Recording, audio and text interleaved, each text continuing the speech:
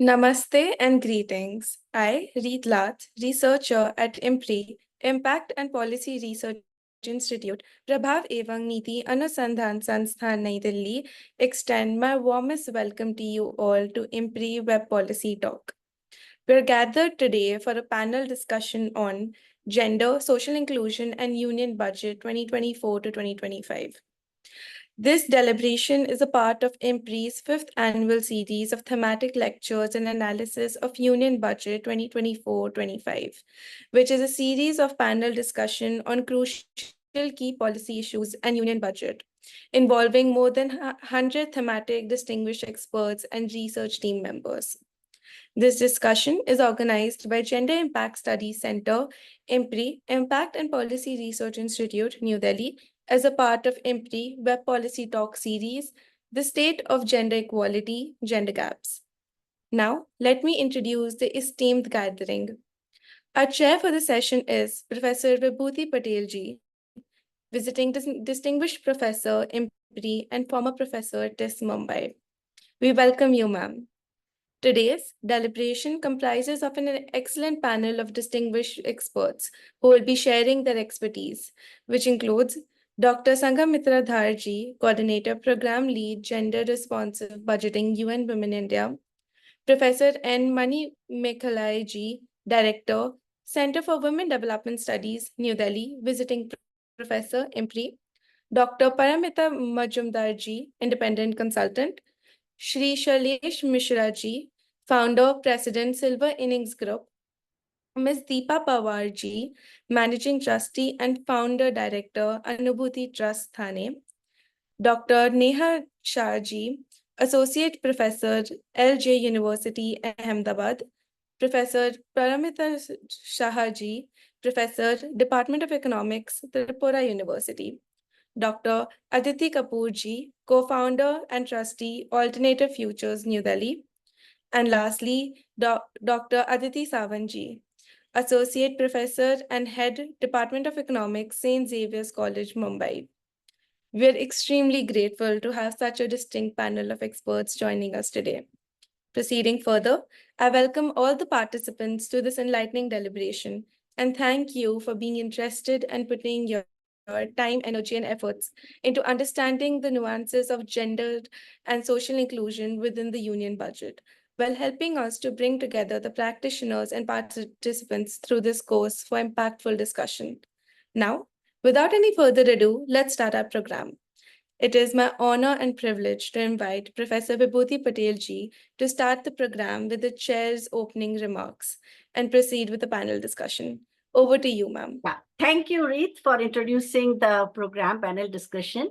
First of all, I would like to express my heartfelt thanks to Dr. Arjun Kumar, Dr. Simi Mehta, Ms. Reet Lath, and IMPRI team for this Herculean task of putting together a series of 10 panel discussions. And today we are going to focus on social inclusion and even gender aspects, and also with regards to Union Budget 2024.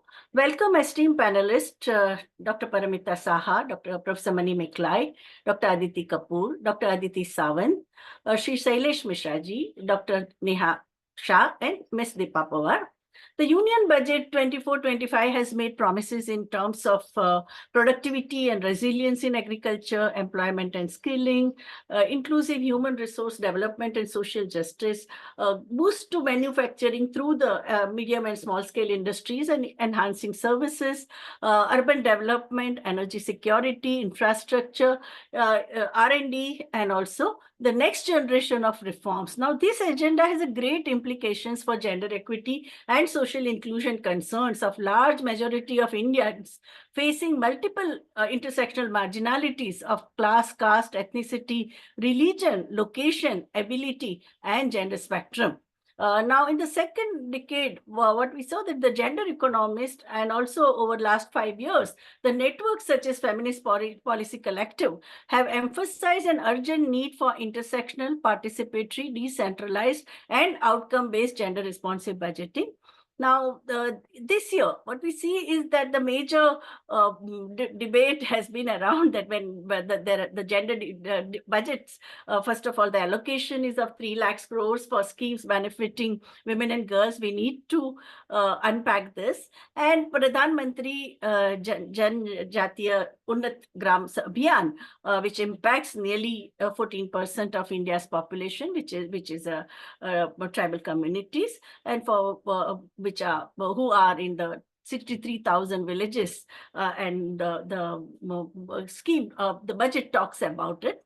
The major change that we see is that now the gender budget has been divided into 3 parts. Part A encompasses schemes that are 100% targeted to women. Part B includes schemes with 33 to 99% allocation, while Part C in which there are schemes where there are less than the 30% allocation, and it is perceived that gender but what we see, if you read the budget document, even the speech by the Honorable Finance Minister, gender is perceived in a binary framework, and the human development needs and demands of transgender community in terms of education, employment, skilling, health, shelter, and decision making are largely neglected, or you just don't find its mention.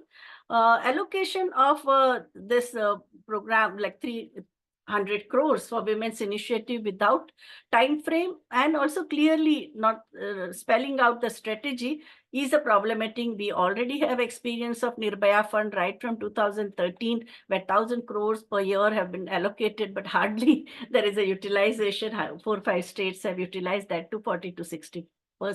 States after states have not even used even 1% of the budget. And another thing about Beti Bachao, Beti Padhao, also very flagship scheme, where most of the funds is used only for advertisement and publicity, not in the direct intervention in terms of empowerment of girls. So I think with this backdrop, I think it's very important to see the budget not only in terms of outlay, but also outcome. Now, another very important concern, which globally as well as in India, the debate has been around work participation of women, and now even after the latest PFLS data, it shows 34%, which is also less. Most of the countries, even in South Asia, are ahead of us, except for Pakistan and Afghanistan. While the budget talks about the skilling programs or promotion of market access and support to SHGs, but the skilling program also doesn't say that it what, because we also know that the Skill India or Stand Up India or Startup India, they've hardly benefited women. So I think roadmap is very important. And another very important aspect in the budget is Pradhan Mantri Awas Yojana for the urban poor. Now, most of the urban poor, and especially those who are staying in informal settlements, in bastis, they don't own land. So in what way the scheme will be able to fulfill their needs? And there are several other important programs like Pradhan Mantri Garib Kalyan Anna Yojana to deal with the question of hunger, which has been debated. Even our own data from the National Nutrition, this thing, and ICMR data also shows that hunger and malnutrition are the major challenges we are facing. So in this whole context of so many contradictory trends and also very complex unfolding that is happening in the Indian economy in the post-pandemic period, we have these 7 experts who will enlighten us on different aspects of social inclusion. My first question is to Professor Paramita Saha. And can you provide the backdrop of the macroeconomic policy that informs thrust of Union Budget 24-25? And what will be its implications for the northeastern states in general and Tripura, from where you come, in particular? Over to Professor Paramita. Thank you, ma'am. A very good afternoon to the esteemed chair and panel, distinguished panel here, and all the audience. And my sincere thanks to IMPRI. Am I audible? Yes, ma'am. You are audible. Yes. Visible too? You are audible. Yeah. Yeah. Okay. My thanks yes, to you are IMPRI. visible also. Yeah. Okay. Thanks to IMPRI and also Madam Professor VIBHUTI Patel for making me part of this discussion. As I'm told, I'm supposed to talk about the background in which the budget is set and social inclusion issues into the budget. I will right away start with sharing my screen.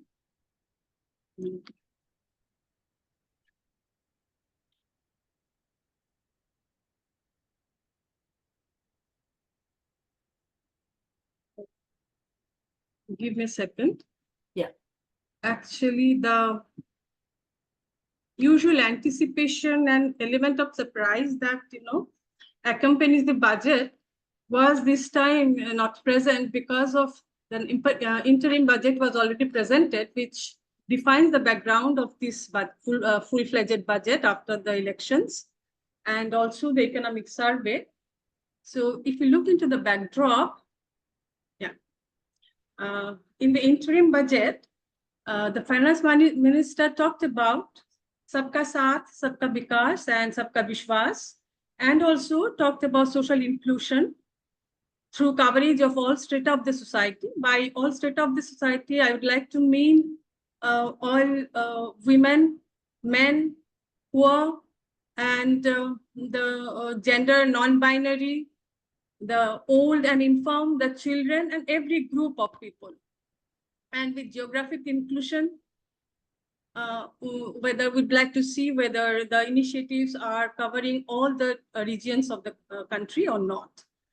And in a major departure from the way we look at the caste and communities so far, the interim budget introduces a new classification of castes into 4 categories like poor, women, youth, and farmer.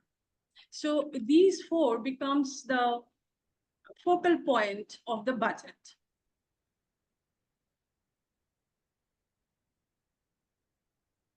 Before going to the budget allocations and all, we can look into briefly the state of the economy.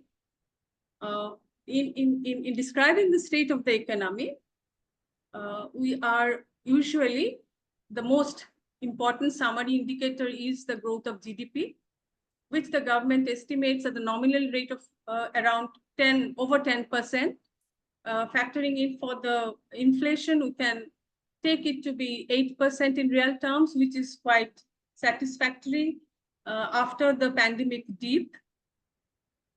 And after the GDP, the size of the budget is also very important. That is the expenditure, total expenditure that this time is proposed is 48,20,512 crore budget, which is not so big compared to the earlier budget.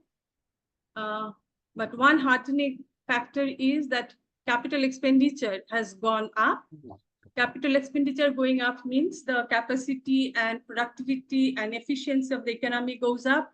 Public sector spending increases and the infrastructure improves. So this is good for the economy. According with this expenditure, receipts has also increased. I'm not going into the detailed figures because I have very time less. As I'm told, I'm given 8 minutes of time. Another 3 indicators that we are interested in while talking about the state of the economy are the deficits, the fiscal deficits and revenue deficits. Fiscal deficits shows the amount of government borrowing to meet its expenditure. It's contained at 4.9%. Our target is to achieve 4.5, and hopefully we'll be able to do that. Now, question and revenue deficit also, which indicates the gap between revenue expenditure and revenue income.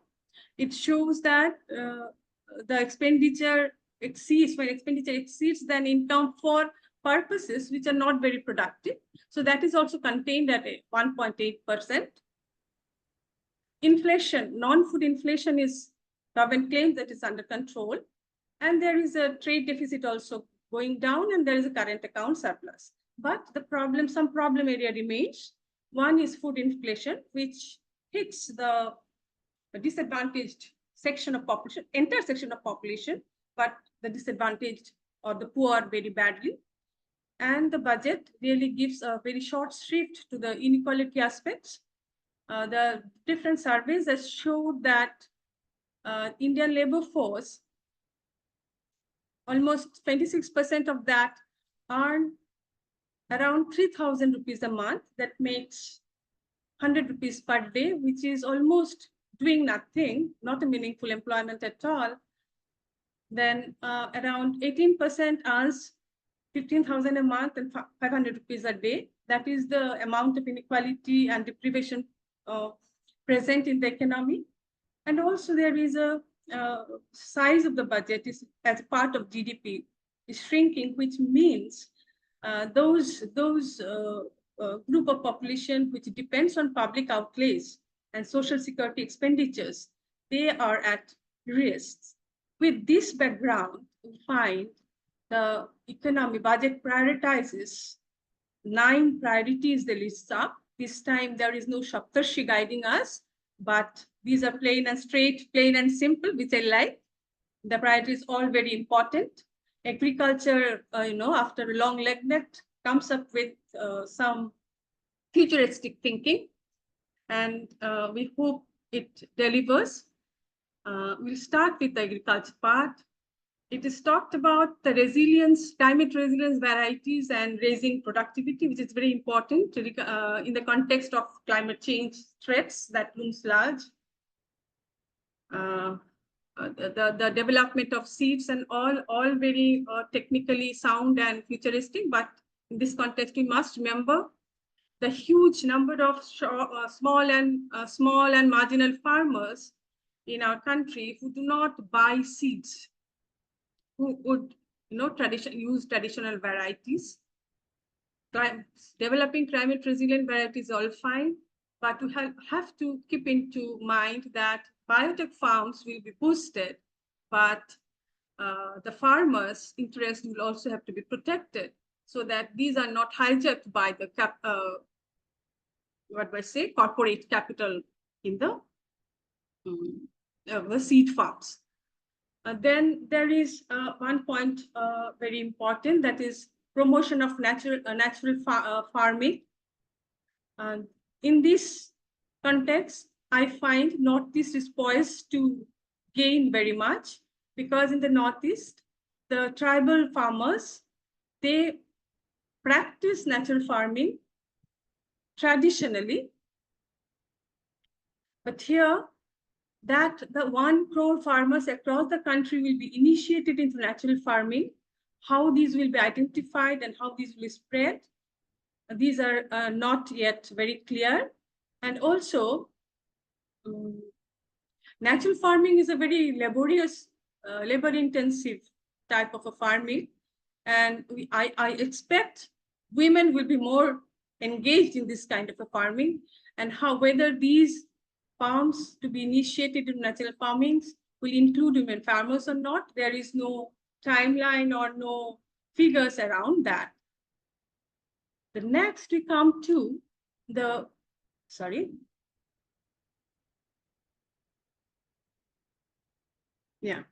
most important part of this budget, which has received a lot of attention, the employment and skilling.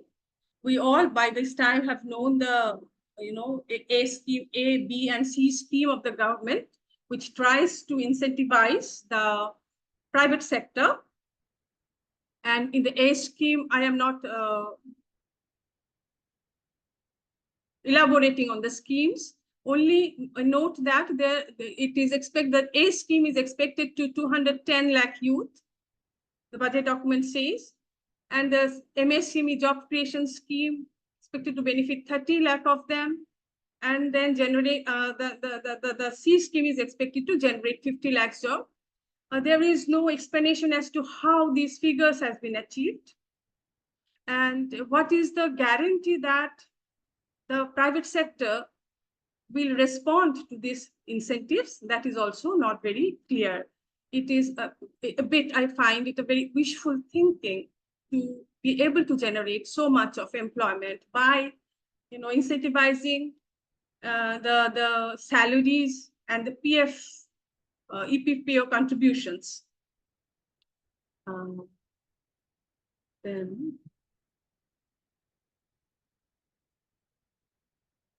Then there is about employment and skilling. Here also, there are many, not many, one proposal of improving workforce participation of women through setting up of working women's hostel, and also there is this accommodation of dormitory style for industrial workers, but all those in PPP mode, depending on the wish of the private sector. Then there is about educational loans for students. However, easily those loans are offered. I cannot but point out that these are not scholarship. These are not. There is no waiver of fees. There is no stipend. It's again loan. And then there is a talk about internship of workers, internship in the 500 best corporate houses. I'm not sure how corporate houses, whether they will be willing to spend from their CSR for the internship, and whether they have the capacity to train so many of them, so many of the students. Having said that,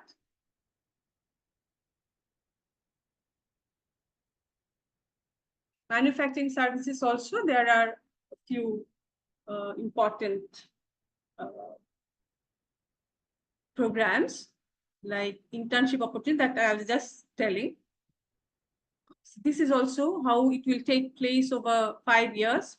That roadmap is not very clear. There are many other priority initiatives in urban development, Awas Yojana and all, and for the urban, in urban areas where people do not have own land, how this Awas Yojana will be beneficial for them. This aspect will have to be looked in, as Professor Patel was talking about. But we are most interested in the social justice and inclusive human resource development part. Here, since there are the gender budget, there are the budget for the SCs, there are the budget for the STs, and there is those programs, public employment programs like MGNREGA. There is those programs like National Social Assistance Program for the elderly. We need to see all these allocations into all these aspects. So if you look at the social sector allocation, the allocation for both health and education either stagnated or are marginally increased. If I may go into, I will just give you an idea about the fund allocation. Look at this NSAP, it's only marginal increase. In real terms, there is no increase at all. MGNREGA last financial, it was 60,000 crores, it's 86,000 crores, but don't be, confused. It is not a very great leap because 86,000 crore is still less than the 22 budget. In the 22 budget, it was more than this. So we have not yet, touched upon that allocation. Then PMGSY, Sarak Yojana, Gramin Sarak Yojana, it's stagnating. There is no change. This is Anusuchit Janjati Abhyutai Yojana, very marginal increase. And this is Banabandhu Kalyan Yojana, little increase there. AMRS, the Equilibrium Model Residential School, a little increase there. There is a talk of engaging a large number of teachers in the Equilibrium schools. These are the some of the initiatives for the tribal community. Some are umbrella programs, some are individual programs, but I would request you to look into these figures. This is allocations across all departments for SCs total and STs. This is the actual of 22-23. This is the budget estimate of 22-23, and this is 24-25. All this shows a little increase in the 24-25 budget, but this offers you the most intriguing figure. Allocation of Ministry for Tribal Affairs. The total allocation is slashed. The program for development of scheduled tribe, that also is slashed. The National Tribal Welfare Program under the ministry, that is also is slashed. Then we come to, now we come to the,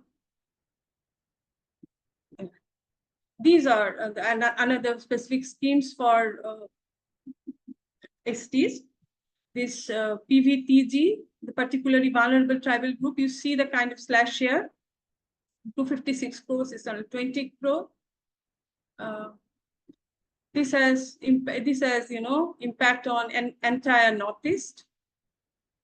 And these are the I do not have the consolidated figure for the earlier budget estimate. This time only they have shown these consolidated figures. And finally, about the Northeast, as I was telling, the Northeast allocation to Northeast across the all ministries is around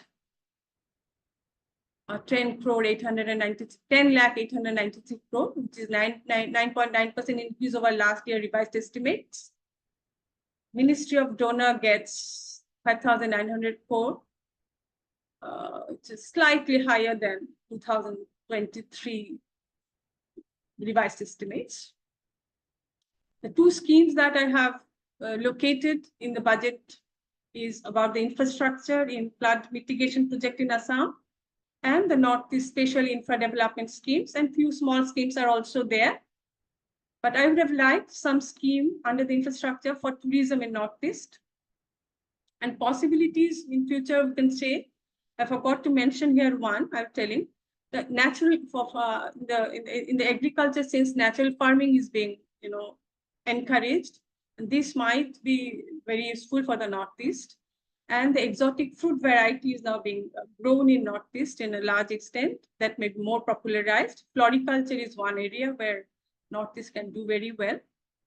Then the English-speaking educated youth in Northeast is a resource for hospitality and tourism industry. In training and capacity building, this factor may be thought about. And also, Northeast cuisine needs some branding and advertisement, because Northeast cuisine beverages simple, healthy, and sustainable. We go gaga about Japanese sushi, but we also have this kind of variety here. We have the sticky rice in all the Northeastern states, and very delectable, but which is not known outside. And then in Manipur, we have the brown rice. So all these things, maybe, if wanted, maybe done put to good use. And also the handloom of Northeast have not, beyond the Assam silk, others has not been so much advertised or so much known. The handloom of Manipur is also very good. And other tribal weaves are exceptionally beautiful, needs showcasing and building up. I think with this, I can end. Yeah. And I hope I was within my time. Yeah. Thank you, Professor Paramita Shah, for providing such an important overview and such a focused discussion in a crisp manner, and also bringing in the concerns of 7 sisters of Northeast. Now I turn to our friend from South, Dr. Manimekalai, whose specialization has been in the informal sector. She has done several primary data-based researches over last 40 years. And Manimekalai, I would like you to focus on declining work participation of women, and also condition of informal sector, which amounts to 90% according to ILO, and for women's in informal sector, 94%. Yeah, over to Dr. Manimekalai. Yeah. Thank you, Professor VIBHUTI. I was a bit late. I was struggling to connect. Yeah. But I could listen to Professor Paramita, and most of the issues with the statistics also were mentioned. So I'll rather go for the kind of trends, that is how the entire budget allocation to different sectors render this social exclusion or inclusion. So the persisting issues as far as the Indian economy is concerned is the present, the neoliberal context, of course, since 1990, the widened inequality, and including gender inequality, where the issues of poverty, unemployment, inflation, etc., definitely has an impact. And the impact is more with the poor and the other marginalized communities. So given this, what kind of expectation would be there? It is prime, I mean, the priority should be to eliminate or at least address these issues. And in the labor market, the question of contract labor or informal labor, the increasing informalization there in the formal sector, it's one of the issues. And it could be witnessed in my own studies and also the studies done by CWDS, by other colleagues also, how they are being the recruiters, whether it is women or men, who are recruited as apprentices or trainees, are treated as workers only. I could hear from the persons who were drawn from ITIs or from the diploma, polytechnic, etc. Also in the technical institutions are being treated as, I mean, enrolled as apprentices, but they are directly given work to, they are not given training, and but not in terms of payment, they are only treated as. So these kind of issues are there, and the government is trying to formalize this apprentices, internships, etc. And sufficient allocation has also been made in this budget to emphasize that youth employment is the priority, etc. But the reality, when you go and inquire, conduct investigation there in the labor market, in the formal sector also, in the huge factories, in the export processing zones, or I extensively work with the garment sector and also these technical institutions where the students are being placed. So the contract system, and also to the current study which I've been taking is the sanitation workers, where 90% are contract workers. So it is in the government, but government itself is not going for the permanent employment or recruitment. So in this context, what is the question of social security? In this, we are discussing the social sector and the social inclusion aspects that is to be covered in this budget, because when the budget is allocated only, there will be at least some kind of climb over such expenses, or the budget to be allocated from each ministries and then departments and to various other states also. And this is one aspect where the social security is very much a question, as increasingly the informal. It is not the recent phenomenon. It has been taking place for a long, since the neoliberal policies have been introduced in 1991 onwards. But this is the peak in the contract system or any other system, casual labor system, where you are denied with any other benefits which otherwise the permanent employees will be giving. And the second important aspect is about the corporatization of education, health, and social sector. That is seeing the social sector also in a market perspectives.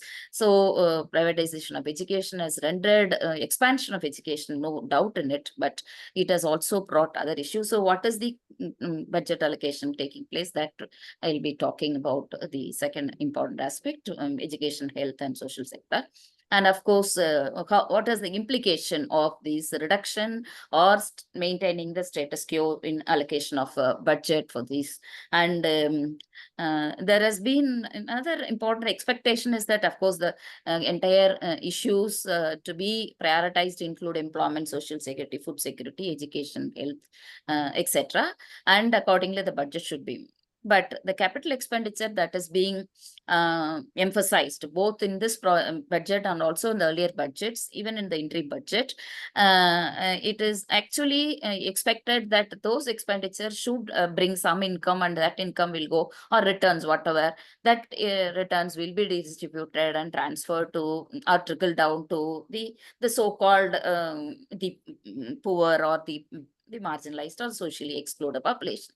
But unfortunately, that is not happening is one issue. So accordingly, we have to really question as to, or claim whether this increase in capital expenditure or even reduction in corporate taxes, etc., or I mean, trying to inform what kind of trend that it is going to be in future. Though at least in the earlier context, in the earlier 2 through 3 budget was emphasized that the public infrastructure investment, the digitization of public service delivery, the targeted relief and structural programs under the Atmanirbhar Bharat Abhiyan was emphasized. And also the government claimed that it is now the bottom-up approach where consumer-driven demand growth, taking into account the inflation and increasing cost of living will be. But unfortunately, that is not taking place because inflation and increasing cost of living is really pinching the poor, and the poor who are supposed to be supported in terms of education, health, food security, particularly the PDS system. There is a kind of dismantling, rather diverting to that is happening. I'll come back to that also while discussing that. So given that we are trying towards Viksit Bharat to 2047 and the sustainable development, etc., the gender inequality also in the gender World Economic Forum is bringing the gender inequality report also, where we are, it's a kind of a fluctuation. One side we are increasing in certain indicators and other it is not. So it is inequality sustains, that is gender inequality also. So then the focus should be on women, men, and transgender wherever it is required, because the women are not homogeneous or people are not homogeneous. So whether it is poverty-ridden households are to be prioritized, or the working class to be prioritized, etc. Accordingly, the budget allocations to be made. And it is also need to be focusing on workforce participation and employability gaps, because since the economic reforms policy, there has been a kind of declining quality of education or employability in question, thanks to privatization of education, where degrees are being produced, but whether the degree holders are being marketable and employable, that is a question. So what is the kind of arrangement this in the policies, either in the policies or in the budget allocations, to fill those gaps? We are talking about skill and entrepreneurship development, those that are available, but in the schemes to fill the employability gaps in the very inbuilt in the system is missing, and that doesn't have any much emphasis in this budget also in terms of allocation of the budget. And productive employment generation is one, at the same time decent working conditions. See the whether it is garment sector or the construction sector or the sanitation sector, where I have been associated and working with also, and in the technical institutions, technical factories, etc. The amount of work that the contractor assigned to a person is endless, that they have to deliver these, and there is no gap, and 8 hours of work shift is there, and they will be asked to do additional, but they will be paying. But even 8 hours, performing 8 hours itself is a question, because work dumping more and more, expecting some 100 piece, 200 piece, and kind of work it's to be delivered. So that is really pinching their health also. So decent working conditions and providing facilities on the one hand is missing, and work pressure on the other hand, ultimately questioning the labor rights. And so protecting the livelihoods and increasing the income levels and economic welfare, keeping that intact is all the questions. So given this background, what is this budget is talking about? I was talking about social sector. So social sector, on the one hand, whatever the kind of provisions which Professor Paramita also emphasized, and the social security, and particularly the labor class, and the poverty-ridden households, the hunger households, and the other marginalized communities, the scheduled castes, scheduled tribes, and minorities, the women, rural, all these are to be in the kind of, that is to some extent appreciate this budget for focusing on certain context, particularly this Nari Shakti, the Mission Shakti. There has been some kind of programs, and of course even providing huts to street vendors to take care of their interest, etc. there. But is at the expense, all these have happened at the expense of reducing some allocations already in other heads. When I come to gender budget component also, that I'll explain. So education, of course, gets 12% of the gender budget. In terms of gender budget, I'm talking. And you know that there has been dropout in the primary and secondary education also. So how to accommodate that this budget? Of course, there are schemes under SSA and other things, but still there are dropouts. So we are talking about universalization of education, but particularly girls are being dropped for various social reasons, institutional reasons, and how to address those. And that is to be connected with the budget, and that is missing. And there is only a nominal or a marginal increase in the education also. And particularly for education, higher education, it is only 3,000 crore increase between the budget estimated and revised, and the cut in public spending on education, where we are talking about 6% of GDP over how many years we have been telling that education should be the priority. That will only bring the base, but still education budget has been declining over these years, and that cannot. Like our own neighboring developing economies are really performing better in terms of education, and you compare this gender inequality report also, you will arrive at the fact that all those countries are performing better than India, because of the fact that right from the beginning they provided a base in terms of investing on education. That is, I don't know how health and education should be the priority, and that has been receiving the minimum budget allocations, and that is the persisting issue, not just this year. And but rather they have been in emphasis on digitization of education, internships, apprentices, etc.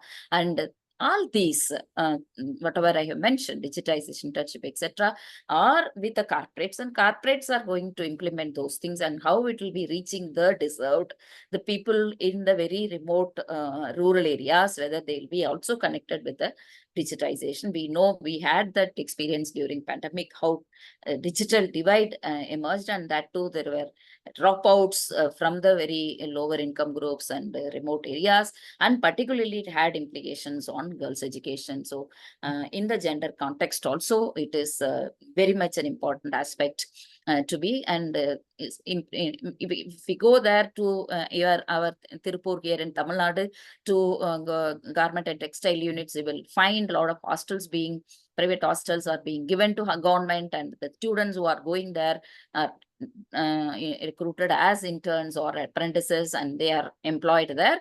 And after the training, where the training stipend is also given, but there is no guarantee whether they continue or not. Even if they continue, and they will be enrolled there itself as employed, but they may not sustain. That is the question, and that doesn't come to the report of the government records at all, because the joining, the statistics you will provide, you will get, will be joining, telling that these people have undergone internship or apprentices training, and they have got enrolled under Deen Dayal scheme, etc. But unfortunately, there have been dropouts immediately within a month or next month. That is not accounted for. That is a major issue which emerged in the recent study which CWD is conducted for UNESCO.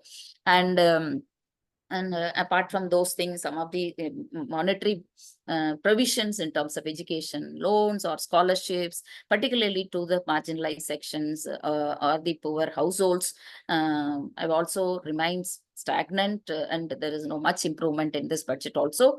And particularly when such provisions which were otherwise available or now stopped, then it will have implications particularly to the poor, and in the poor households it will have implications on girls, because the priority of the girls in the rural poor households is not the girls. And even for boys also, they will rather say that it is not necessary, and that is why you now introduce a scheme of Vishwakarma, where the rural artisans or the other artisans communities will be, who are not able to continue their education, will be given a lump sum loan to establish themselves in the industry. It is, of course, it has its own implications of how you are reinforcing that a particular community engaged in certain kind of work should get sustain themselves in that particular, not to distribute to other occupations. Then allocation of budget, ACST budget also, there is a policy that you have to allocate certain 1974, 79 onwards it is available, but in this budget we hardly had 3.43 and 2.974 respectively of ACST as per this policy, which is the due supposed to be going. So what is happening to the rest of the amount, that itself is a major question. And there are a lot of expectation from the Dalit and Adivasi for the livelihood to be protected, and that question is is to be understood how the kind of a budget allocated will be capturing that. And as far as the health is concerned, there are other things also in the education, but due to want of time, I'm moving to the other, and we will have a scope there in the discussion. So there in the health sector, of course, as per the NSS 73rd round, it was informed that out-of-pocket expenditure has been on the increase, and there is always a gap between public and private expenses, and who will approach the private or the public, and the services which are not suiting to the timings of these working class or the poor in the public health services also made them to kind of go to the private doctors, and that all contributed to their out-of-pocket expenses. And there is hardly any attempt to protect to provide them or cover them or suiting the public health services to be available to their timing. Of course, the emergency, that all those things are different. And so there is only 1,500 crore, that is 1.81% of the health budget it could be found in this budget. And even two important areas where Sakshana Agmawadi and abortion schemes received only hardly a 5% of the gender budget of this current 2025. And there has been emphasis on the health insurance and digital health services. But again, the reality is that the health insurance schemes do not reach the poor, except certain areas where there has been a kind of full propaganda. Or when you go to the hospital themselves have the provision to inform the patients that the scheme is available, you can avail. And Tamil Nadu, there are schemes for the chronic diseases or fatal diseases also. And when you go to the hospital, that particular hospital which is linked with that scheme will definitely inform that this scheme is there, so you can avail that. Otherwise, this the bottom of the pyramid of this economic scale, whether it is the rural working class women or the other communities, SCSTs, they are hardly informed about the health insurance. So that is one of the issues. And accordingly, whenever we are talking about allocating the health insurance or digital health services, which is very much emphasized in this budget also, should allocate funding for creating awareness to the deserved and non-reaching. Otherwise, they are not reachable. They are not able to get information about these. It is not the TV alone. There must be other IEC materials or periodical propaganda, which is very much missing. And it can be connected. For example, we have MNRGA, so there the health insurance sessions could be provided so that they will come. And even those communications must be in their language, in their local language, which they will be able to absorb proper. Yeah. And about the expansion of the health facilities and filling up of the vacancies as far as the health sector allocation is concerned, is very silent over that. And MNRGA, we have been saying that there is a need to expansion. And of course, the last budget, at least they have allocated like 90,000. And now this has come down and there is a minus 4,000 crore, as it is only 86,000 crore. As far as the revised estimate is concerned. And therefore, this is a big question, because MNRGA, since particularly after this pandemic, more and more demand is coming, and therefore it is necessary to bring into the envelope of MNRGA, but it is not happening. And at least the budget allocation should have been higher to compensate for, but that is also not covered. And of course, the major issue is about the food subsidy. Some of the issues with the PDS to be mentioned here. And there has been only a small increase for this portion scheme, also midday meal scheme, because that is really, of course, Tamil Nadu is in the forefront right from 90s to provide midday meal scheme. Thanks to Government of India that it has taken, but still there has been a small increase. Given that on the one hand we have to address the issues of dropout and also increase the enrollment, etc., and retain them in both primary and secondary or middle and secondary education. This portion scheme is really helping, and that is not much increase could be seen. Thank you, Professor Manimekalai. You have given such a comprehensive view of all the aspects of labor processes, labor relations, labor rights in the area of the workforce situation, also the education budget. And you are right, though the National Education Policy 2020 recommended 6% of GDP, but it hardly comes to 2.8%. Health, you have correctly told that it's only 1.8% of GDP, which is abysmally low. And your data from NSS 77th round, and also condition of the artisans, the question of the mind-boggling issue of digitization, and the most important aspect of slashing of budget of SC and ST, that is, and even post-matric scholarship. I think these are very important takeaways. I think we will discuss them further in the discussion session. And now I come to Dr. Aditi Kapoor, who is also who will focus on climate issues and also the current scenario of the agrarian sector with regards to and her critical reflection on the current budget.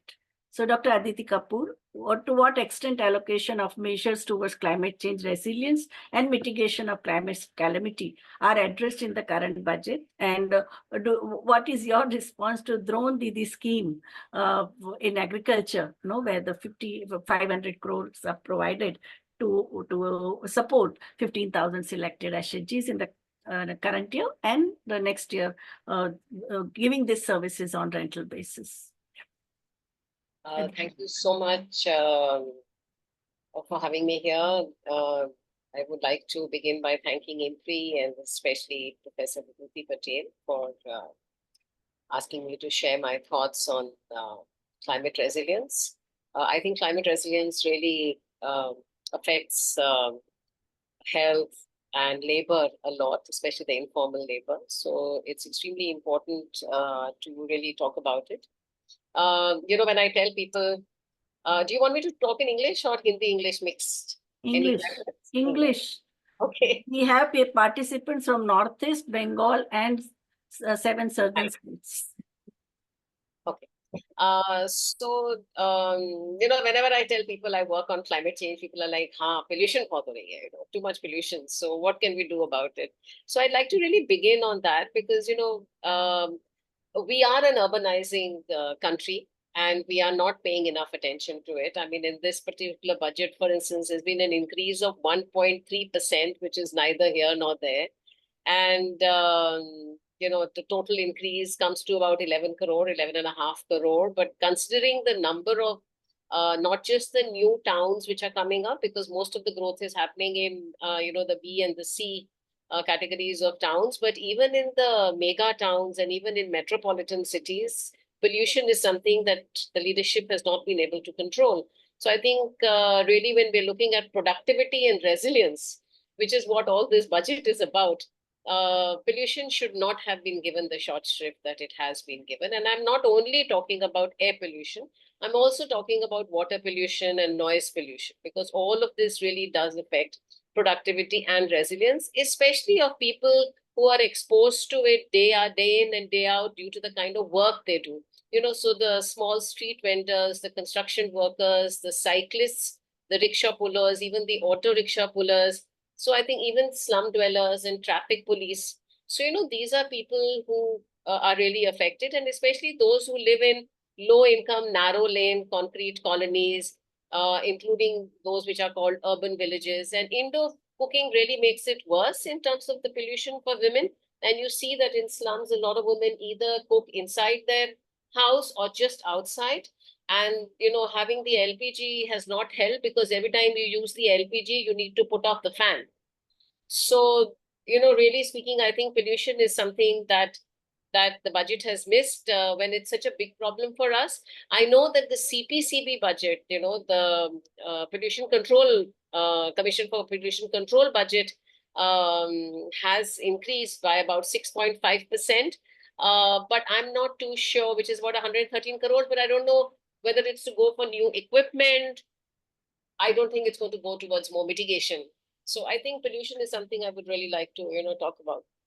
Disasters, when we're looking at climate resilience, much of our agriculture work, many of our cities, people who, are really, again, working, are low-income groups, socially, belong to lower classes or lower castes, they are the ones who get more affected by floods. So whether in rural or urban areas. So it's floods, droughts, and cyclones. And really speaking, very little has been done on climate resilience here. There's been some money which has been going, but in this budget, for instance, they say Bihar, Assam, Himachal, Uttarakhand, and Sikkim will get some money for infrastructure. Infrastructure is not really the kind of flood relief that we're looking at. Women, for instance, are completely left out of response, relief, and preparatory work. There's hardly, even though now, I think it was in 2016 that the Prime Minister had mandated what are called the DDMPs, the district development disaster plans, but they have not really taken off. So I think that's an area that's been completely missed by the budget. So, when we're looking at productivity and resilience, we're not looking at things that are going to detract from achieving our sustainable development goals, right? So productivity and resilience will take us to SDGs, but these will detract. So, that again, drought. So I know there's been some money on drinking water and on solid waste management. And I'll come to the natural farming and the oil seeds, which are also grown in arid areas. But 25% of our area is undergoing desertification. So I think much more needs to be done in terms of, drought mitigation. And coastal, just last that I'd like to speak about is coastal, the mangroves. There's been a 6.7% increase in the National Coastal Mission, which doesn't give us a clear idea as to what is the share of the Mangrove Institute for Shoreline Habitats and Tangible Incomes is going to be, because this is the institute which was set up last year, which is supposed to focus on community income generation from coastal areas, right? From mangrove incomes. So we don't know how much of it from this coastal mission will go into seawalls and infrastructure. If it's 6.7 crores, my hunch is that a lot of it is going to be infrastructure development. So, even if you do have that in the coastal mission, we're not sure what's going to happen in the mangroves, because that's what really affects the poor fisher folk, and it affects their health. We've already had Professor Saha talk about health, and I think that is something that we really need to look at. So now coming to, coastal, just one more thing that I'd like to just say is that, in coastal, unfortunately, what has happened is that a lot of this poorer coastal money that's going to go to the coast, we're not sure which states it will go to. Because Kerala, for instance, Tamil Nadu, for instance, these are really affected. So let's see what happens. But that again is something that I wanted to see much more in the budget. If you're looking at productivity and resilience, because much of our GDP comes from the informal sector, from the small producers, from the fisher folk. It doesn't come from the corporate sector. So, where are we really looking? Also, in terms of the National Green India Mission, for instance, there's been an increase of 42.4%, but we know that it's a lot of afforestation that happens over there. It doesn't necessarily rejuvenate the ecosystem, which has been the kind of struggle against the Green India mission. So again, an increase because we do have a net zero target for 2070. So we do need sequestration. So, let's see kind of what happens over there.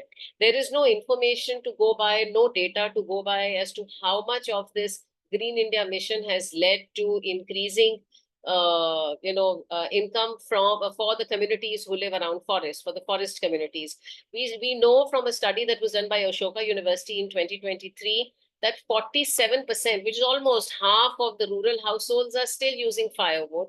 And I think about in urban areas, it's about 6.5% who still use firewood. The rest of them have shifted to LPG.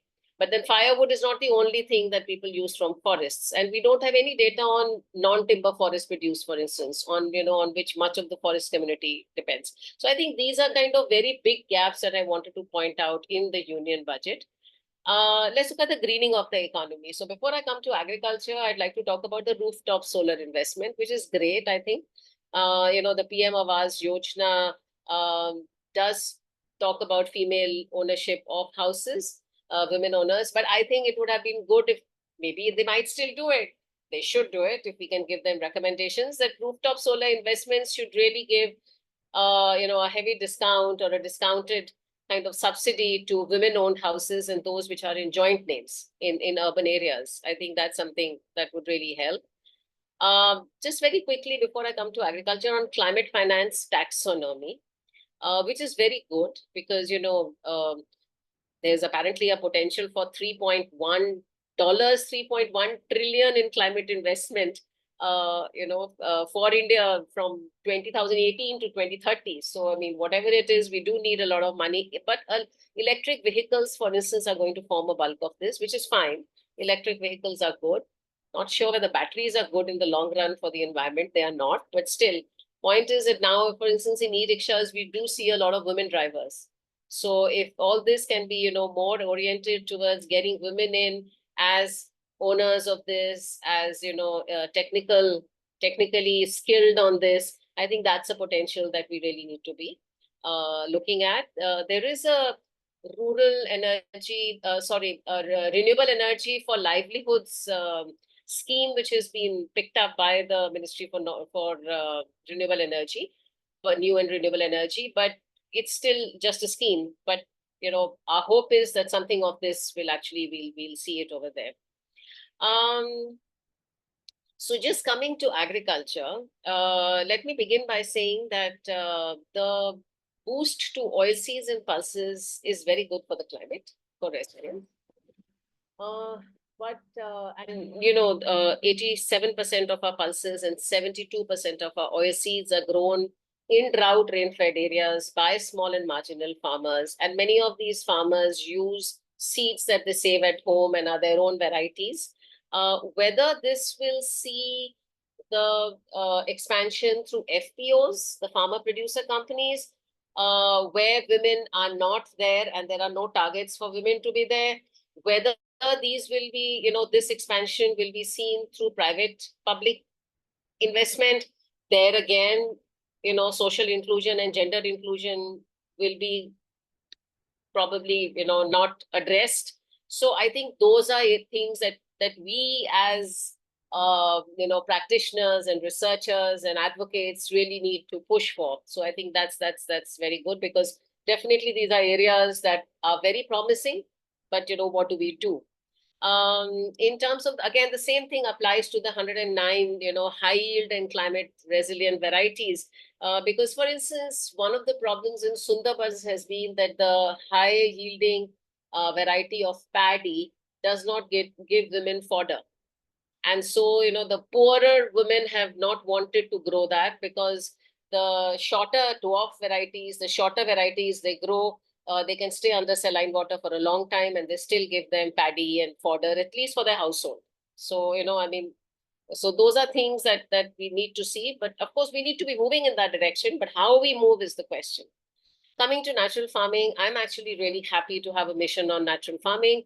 Professor VIBHUTI Patel knows that, my whole your PhD thesis. Whole doctoral research has been on organic farming. So I'm very passionate about, non-pesticide, like non-chemical farming, and convinced that it can feed households if we only shift the metrics. But still, I would say it's been given 459 crore budget. But, like I have argued earlier, the problem with natural farming, and it's interesting they call it natural farming, which means it's not only organic, even though India has the world's maximum number of organic farmers, and the land under organic farming has really grown over the last 10 years. But the natural farming includes a whole lot of other kind of farming. But, as was mentioned earlier, much of the work is done by women. So the question is that now, as we see the natural farming coming into being, there's a lot of emphasis on productivity, certification, and marketing, and not enough on skill building, on labor-saving devices, on workload, mitigation. And these are the areas which affect women more. So, as we expand on natural farming, I think this is like a golden opportunity where we can really see that, of course, women are going to be doing the land. 63% of all women work in rural areas. the acceleration of women labor has, female labor participation But in. what about Kisan card? The Kisan card, unfortunately, on paper can belong to the tiller, but in real life, it belongs to the owner. So we have a lot of absentee farmers or, people who go out seasonally, and the Kisan card belongs to them. So Kisan card and SAGs, for instance, have not converged yet. But SAGs, if they are, and I mean, SAGs are great, but I personally have a problem with SAGs because SAGs don't have any decision-making power. SAGs are told कि ये करना है आपको, so then they do it. So it's a very top-down decision-making thing that happens. They have no control over the panchayats. I mean, Andhra, for instance, proudly says we have the largest, Telangana and Andhra earlier, now they're divided, that we have the largest number of SAGs. You go to the field and they have nothing to do with panchayats or with local development planning, which is what the PM insisted on yesterday in his Niti Aayog meeting, that you have to have locally developed plans. So, the decision making, the women's empowerment and things like that, that is something that we really need to be looking at. Lastly, coming to the drone didis, again, a very promising scheme, to fly, to rent, to repair drones via their SAGs, the potential for self-entrepreneurship, saving labor, saving time, part of being the new AI and digital world is great. And the only, kind of questions is, SAGs, we all know, don't function very well in every state. The kind of boost that SAGs need doesn't happen automatically.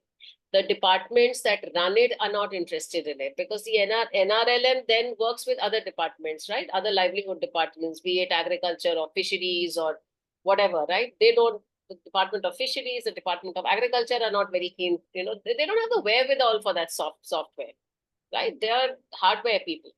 The extension services are not shaped so as to give boost to these SAGs, not yet. It's a lot of investment is still needed. And then, of course, so the thing is that, and then the other thing is that, they're also renting, right? So they may just become rentals, so all the men, etc., do it and the SAG rents it.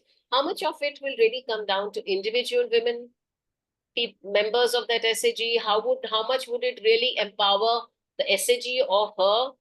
I think that is where I have some recommendations. Maybe I'll come to it later.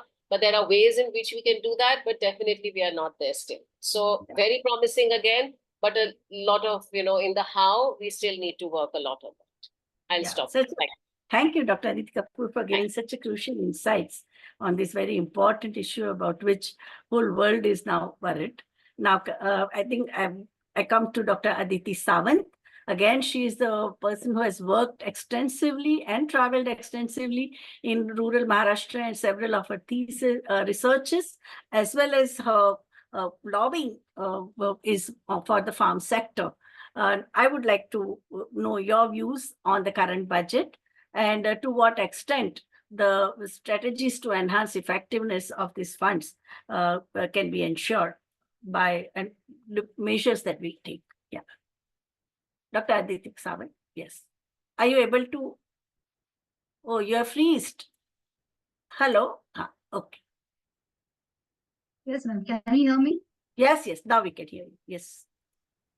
Thank you, VIBHUTI ma'am, and thank you, IMPRI, for giving me this opportunity. So, budget is a financial statement of the government which reflects its priority of sectors in the process of economic development. Although India is in the top 5 countries in terms of GDP, unlike other developed countries, more than 17% of contribution to GDP comes only from agriculture sector in India, which itself reflects the dominance of this sector in terms of consumption as well as employment. However, there is a complete mismatch between the GDP contribution of agriculture and allied activities and its share in the budget allocation. Unfortunately, agriculture and rural development sector comes as a last priority as per the government and bureaucratic understanding. Agriculture gets hardly 3% of the budget allocation, despite its very strong backward and forward linkage to the crucial industries in the society, in the economy. Hence, what do farmers want and what does government want to give? This question needs deep introspection into our agriculture policies. In today's presentation, I will confine myself to three major areas. Firstly, women participation and empowerment in agriculture sector. Secondly, social inclusion and technology penetration in agriculture. And thirdly, the budget allocation for research and development, which is a part of green box subsidy as per the WTO terminology. To address my first concern of gender balance and women empowerment, I would like to throw light upon certain facts which were revealed during my primary data collection in Maharashtra and other adjacent states. It is found that hardly 5% of the women in village participate in the major or minor economic and financial decisions of the household. As per the recent report published by the Ministry of Agriculture and Farmers Welfare, the number of women cultivators and workers are significantly less than their male counterparts. This clearly shows and this throws light on poor land ownership of women in agriculture and rural regions. Government of India is working on transferring the immovable property rights in the name of women of the house. Schemes such as Prime Minister Awas Yojana promotes and privatizes women ownership in immovable property. But in many states of India, land or immovable property ownership of women is a very big question mark. Also, another issue of concern that correct number of women agriculture workers are not reflected in the government official records. Schemes like Lakpati Didi for women self-help groups need actual assessment in terms of pre and post analysis of the scheme. Many of the women self-help groups are engaged in non-agriculture activities such as sewing or stitching, pickle, papad or masala making, or candle or rug making activities, which are highly substandard in nature and do not help these women in the long run to grow professionally. The announcement of Drone Didi scheme is very important announcement for women farmers, and it seems to be beneficial to the women farmers if implemented properly. My second concern is social inclusion and technology penetration in rural India. For social inclusion, especially post-lockdown period, use of digital devices such as mobile phones and apps have become important part of inclusive agriculture. However, as per my recent primary data survey, it is very clear that around 50 to 70% of the farmers have smartphones, but they hardly use these smartphones or internet services for agriculture-related information. The apps they use give information primarily on weather forecast with very poor accuracy. On the contrary, farmers need information on the current retail local market prices, which are not available. They also want financial assistance for attending training programs on marketing, e-marketing, packaging, and export. However, such skill development programs at village level are yet not available, and there is a lot of ambiguity in the fund sanction.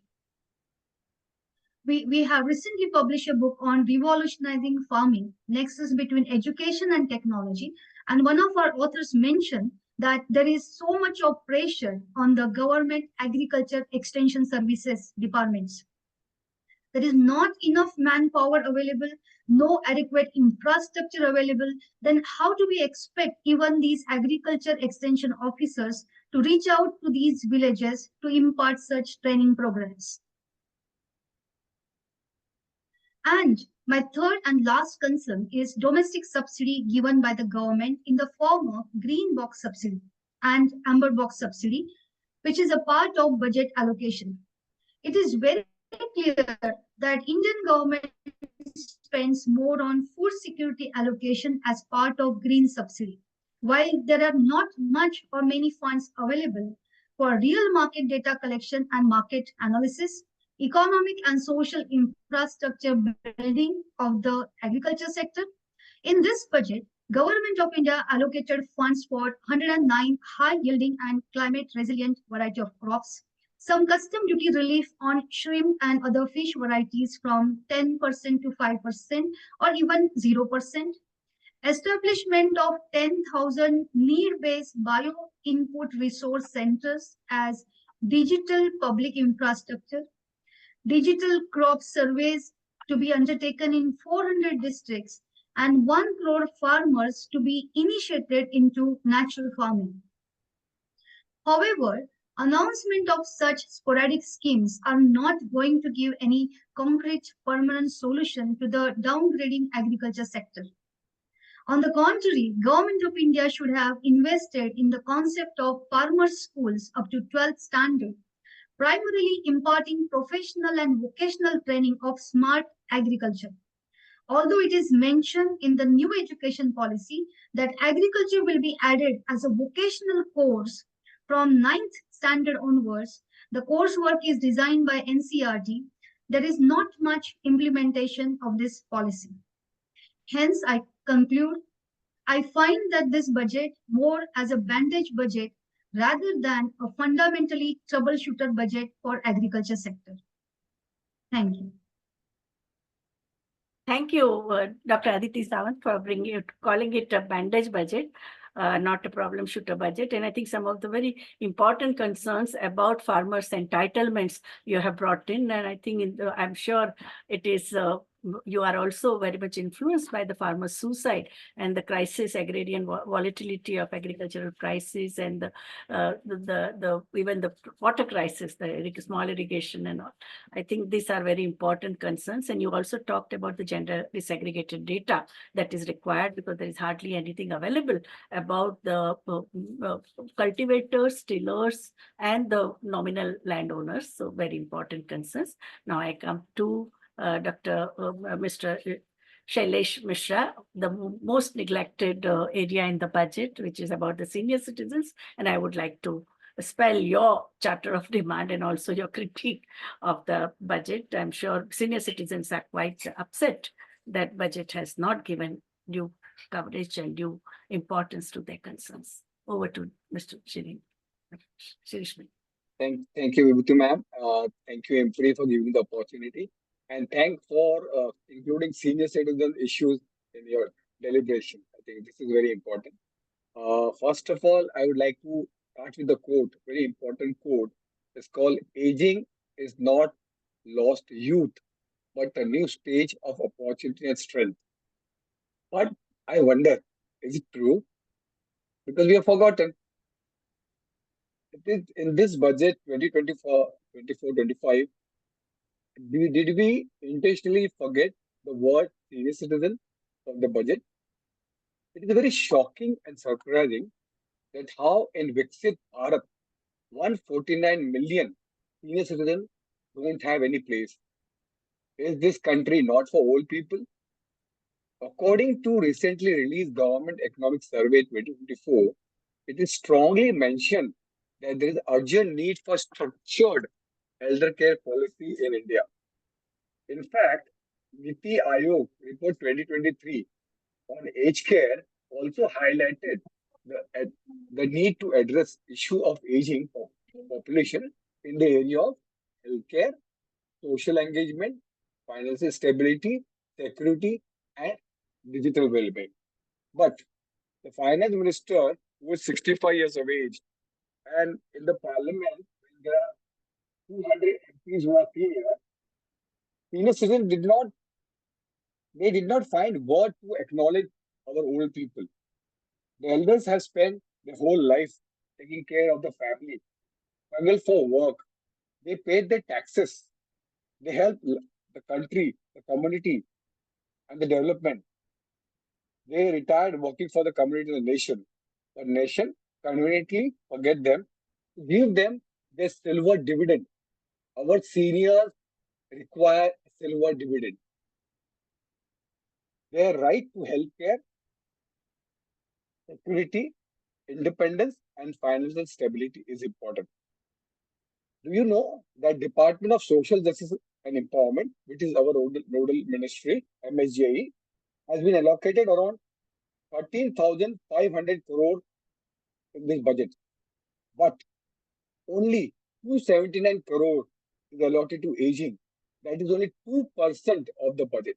Just imagine the 10% of the population of this country get the 2% of the budget.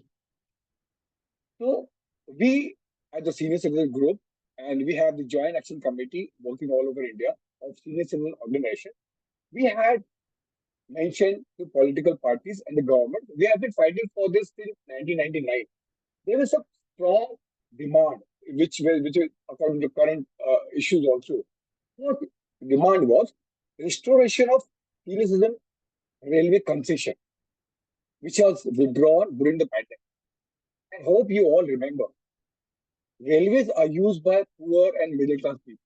Rich fly, old people don't fly. They stay on the road or on the railways. So it has been withdrawn. It's a basic right to have mobility, and you have taken that back. Then we asked for withdrawal of 18% GST. This government believes that old people should be looked after by the family. I agree, but you are snatching that right. You are pressuring them. You are punishing them by 18% GST. If I want to have an appointment with a nurse or maid, or if I want to admit my old parent to I have to pay 18% GST. Then the other demand was that we demanded inclusion of 60 plus old people in Ayushman Bharat scheme. It's a wonderful scheme. Why we have not been included, irrespective of the class and income we have, because we have right to free access to health. Then 90% of old people don't have any income, they don't have any social security. So why we are not giving pension to old people? It's only 200 rupees. How can you, for 2 days, 1 day is 200 rupees? You are asking 50 days. We demanded 3,000 rupees for old people who don't pay taxes.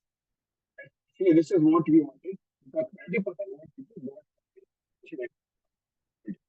There is a need for a program, action plan. VIBHUTI ma'am, I think this is for you. Homeless people, homeless old people, also childless couple for their shelter, food, financial security, and health. People who are childless and yes, they don't have anything to take care. The government is not able to take care.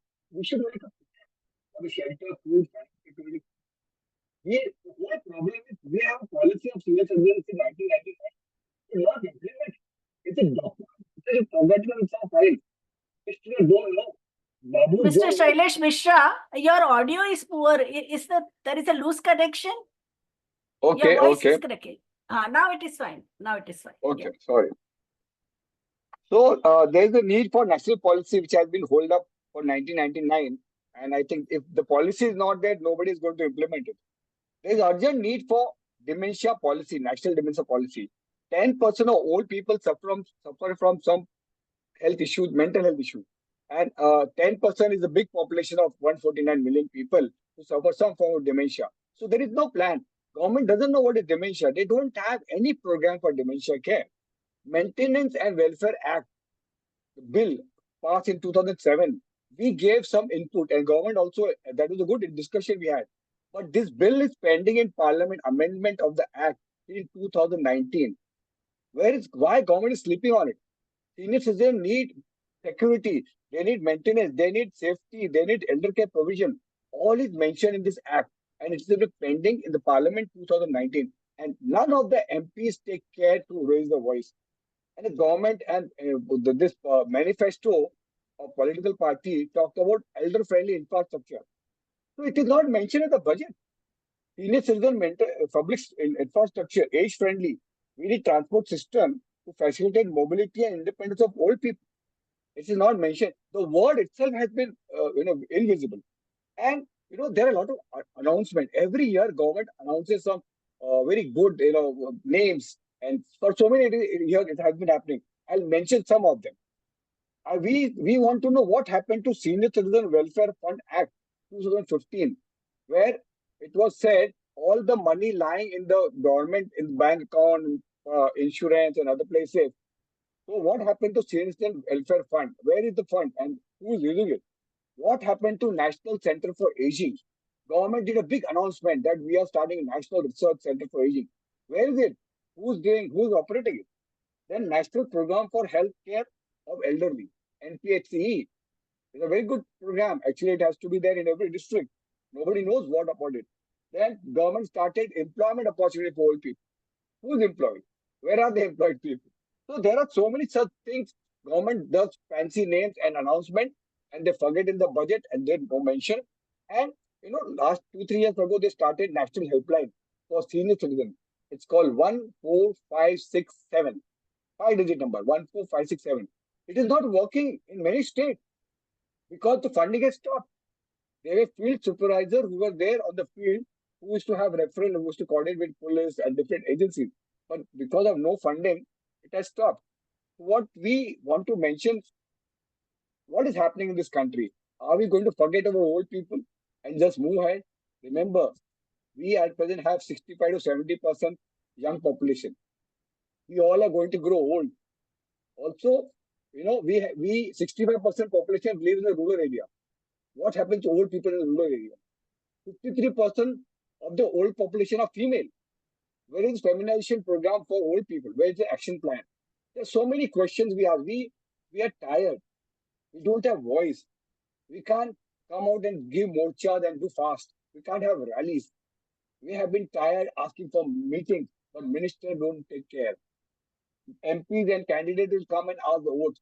But they don't understand we are the 35% voting population of this country. But we are not taking care. It's very sad and shocked. I will come to the way forward also. It's not just criticizing government is not doing anything, but we'll have way forward what we can do. Thank you. Thank you, Thank you, Mr. Sailesh Mishra, for making such a passionate plea on behalf of the senior citizens associations. And now in Bombay alone, we have more than 70 senior citizens associations. So I can understand in all over the country, we must be having hundreds of them, and you have voiced their concern for the financial allocation, and whatever promises are made for the senior citizens, they need to be and they must be translated into budgetary commitments. And now I come to Dr. Neha Shah, who the one very important announcement made in the budget is about the support to the women entrepreneurs. I would like to know that, and you have worked in this area for a long time. So does the budget respond to human development needs of at a subnational level? You are from Gujarat, and we have so many states and union territories with so much of socio-economic educational inequalities. And what do you have to say about the schemes to support women entrepreneurs and startups? Will this scheme also support transgender persons who want to start enterprise? Do you support demand for the quota for SC, ST, women and trans person in the flagship schemes such as Stand Up India, Make in India and Startup India? Hello, Dr. Neha. Yeah, am I audible now? Yes, ma'am. Yes. Can I share screen? Do I have the Yes. mic? Yes, yes.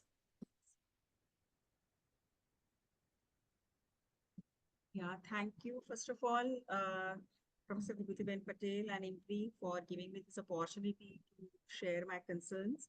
Actually, my presentation is mainly on some social concerns, as that was lastly communicated, and not on women entrepreneur, because I thought that is going to be my focus. Okay. So I have focused on social concerns. Yes, very important. Yeah, that emerges. But of course, like since you have raised some questions, I may respond to that at the end about the women entrepreneurs. So before I start talking about what are the provisions, how I have framed my presentation is just I'm raising the basic framework in which we are living, the economic framework in which we are living. And in that particular framework, what is the need and what is the importance of budgetary allocation for various social concerns, and what are the trends that we are observing in the last few years. So when we juxtapose the current macroeconomic scenario and the trends, probably it gives us an insight in which direction we are going. So my presentation is going to be very brief, and these are very known facts. So I'm very quickly saying, yes, on one hand, our economic survey says our economy has grown at 8.2% in the last year, and it is projecting, owing to the international uncertainties and not the domestic uncertainties.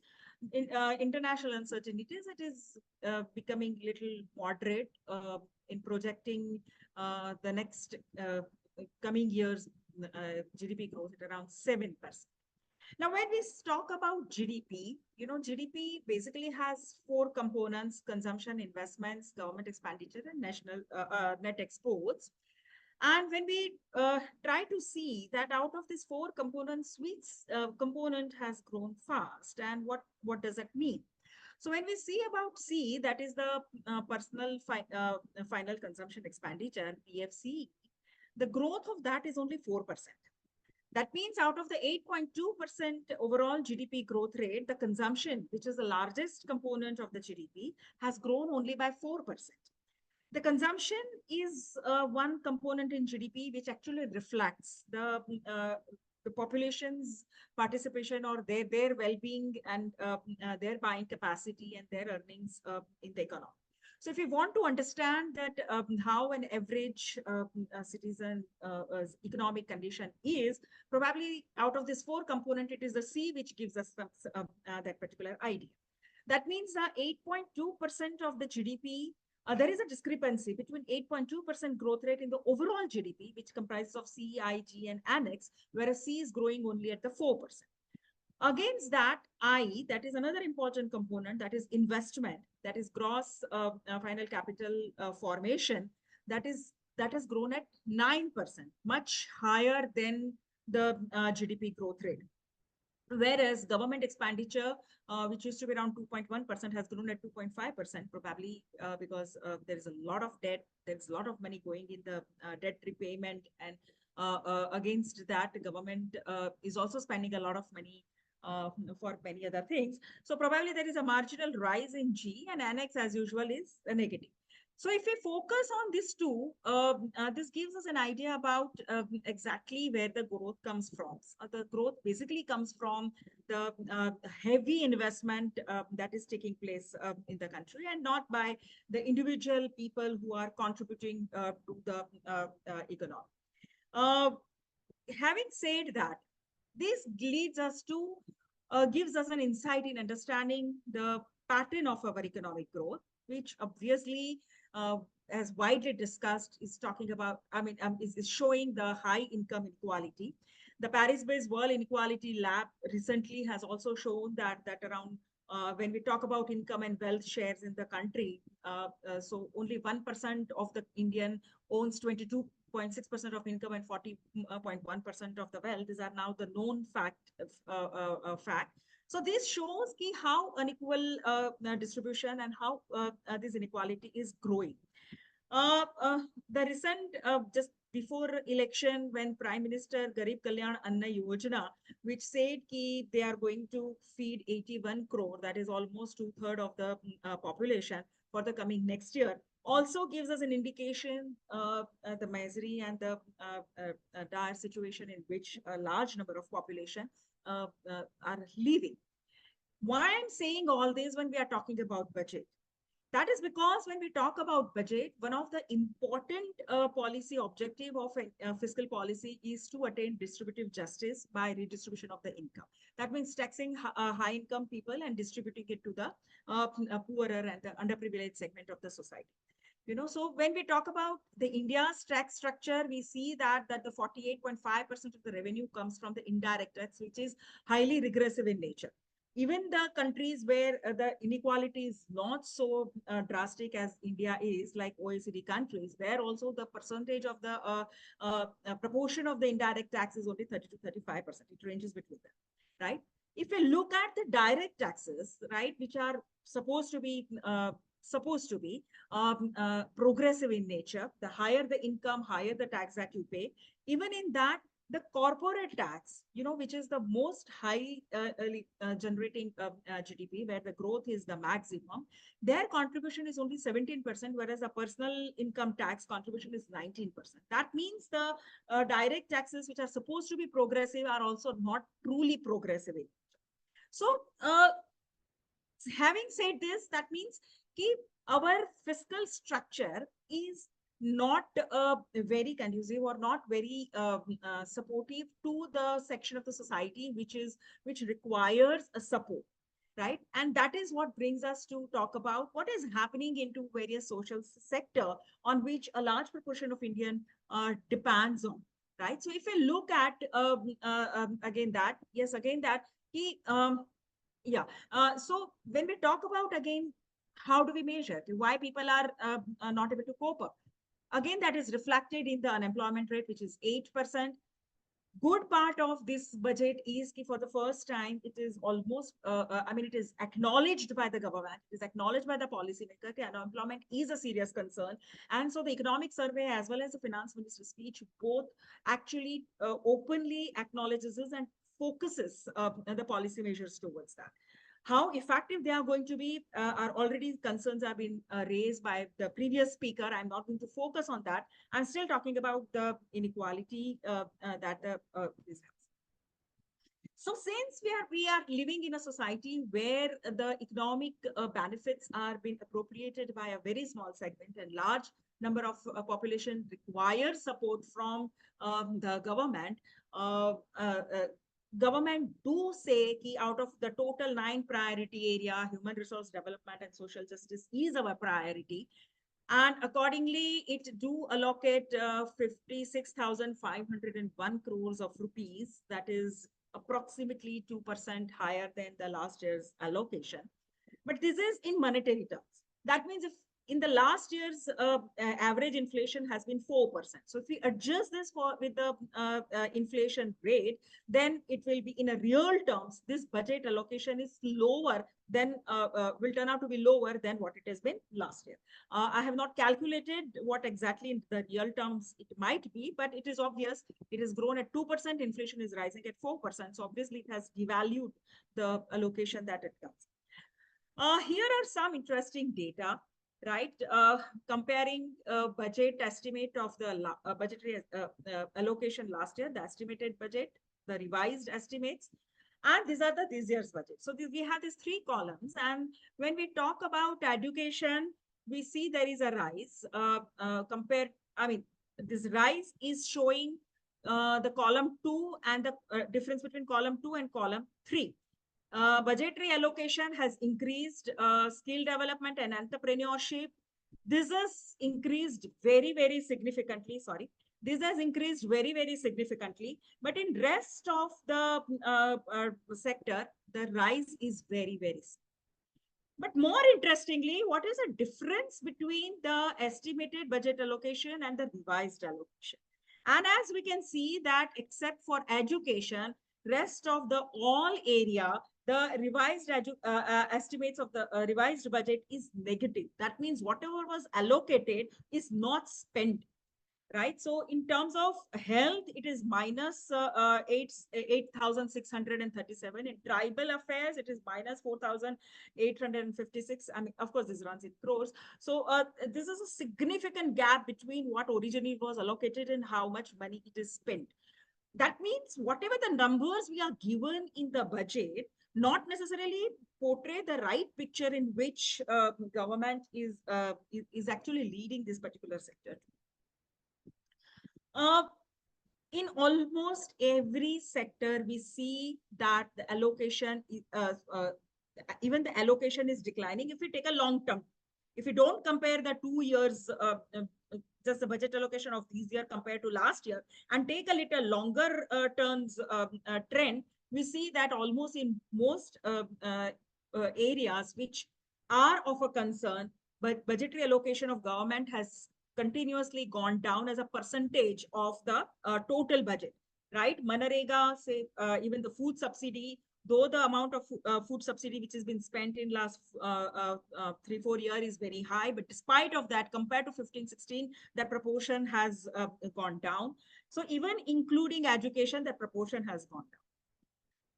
The Hindu newspaper made my life little easier by giving these charts. I have borrowed these charts from Hindu, right, which shows from 2016 to 24-25 budget, and it shows that in health there is a reduction in the allocation.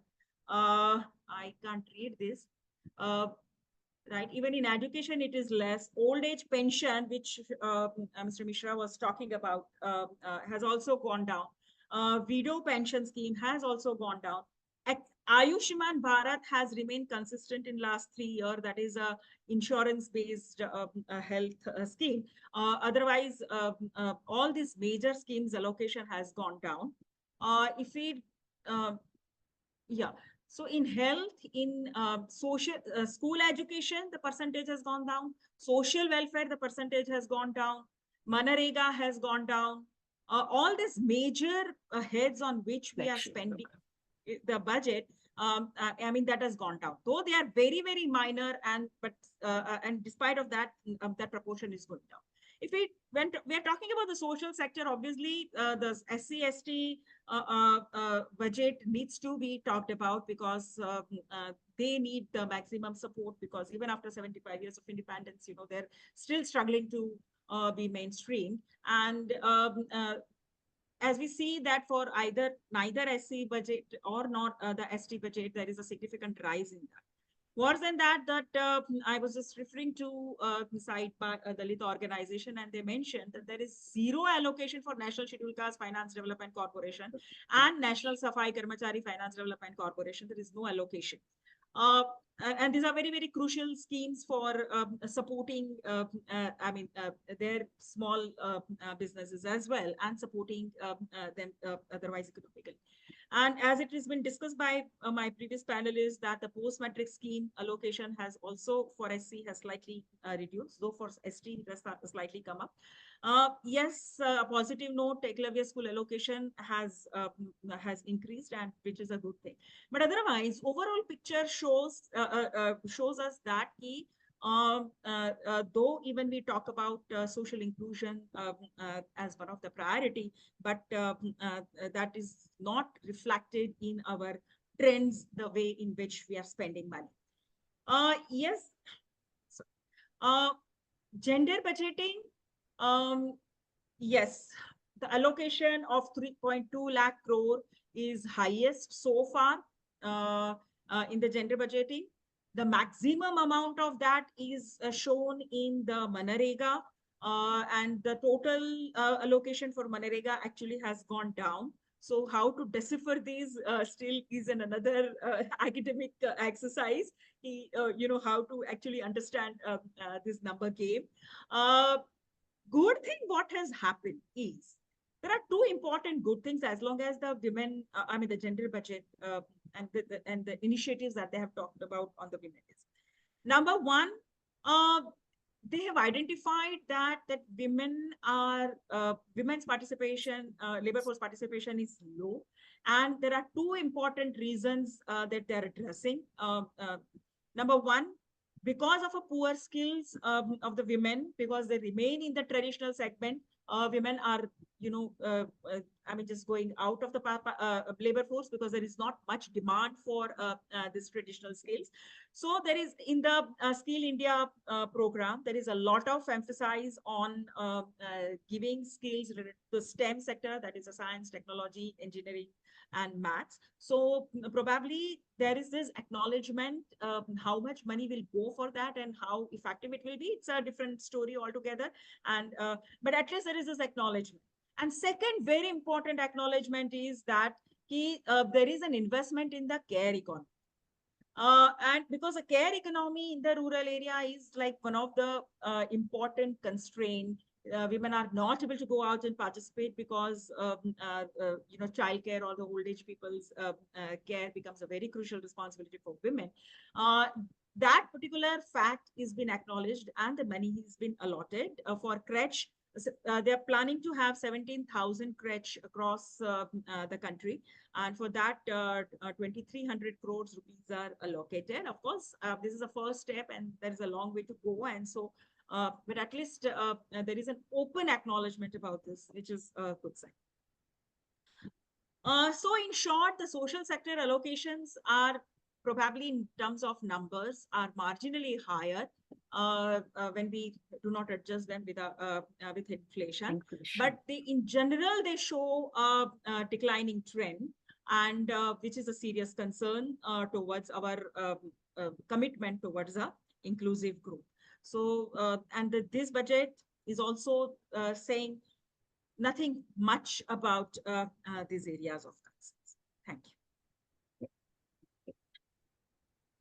Okay, so I think you have also taken care of the women in the Skill India as well as STEM.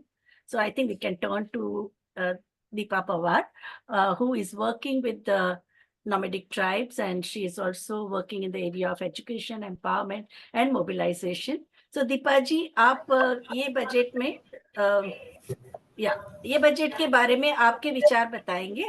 या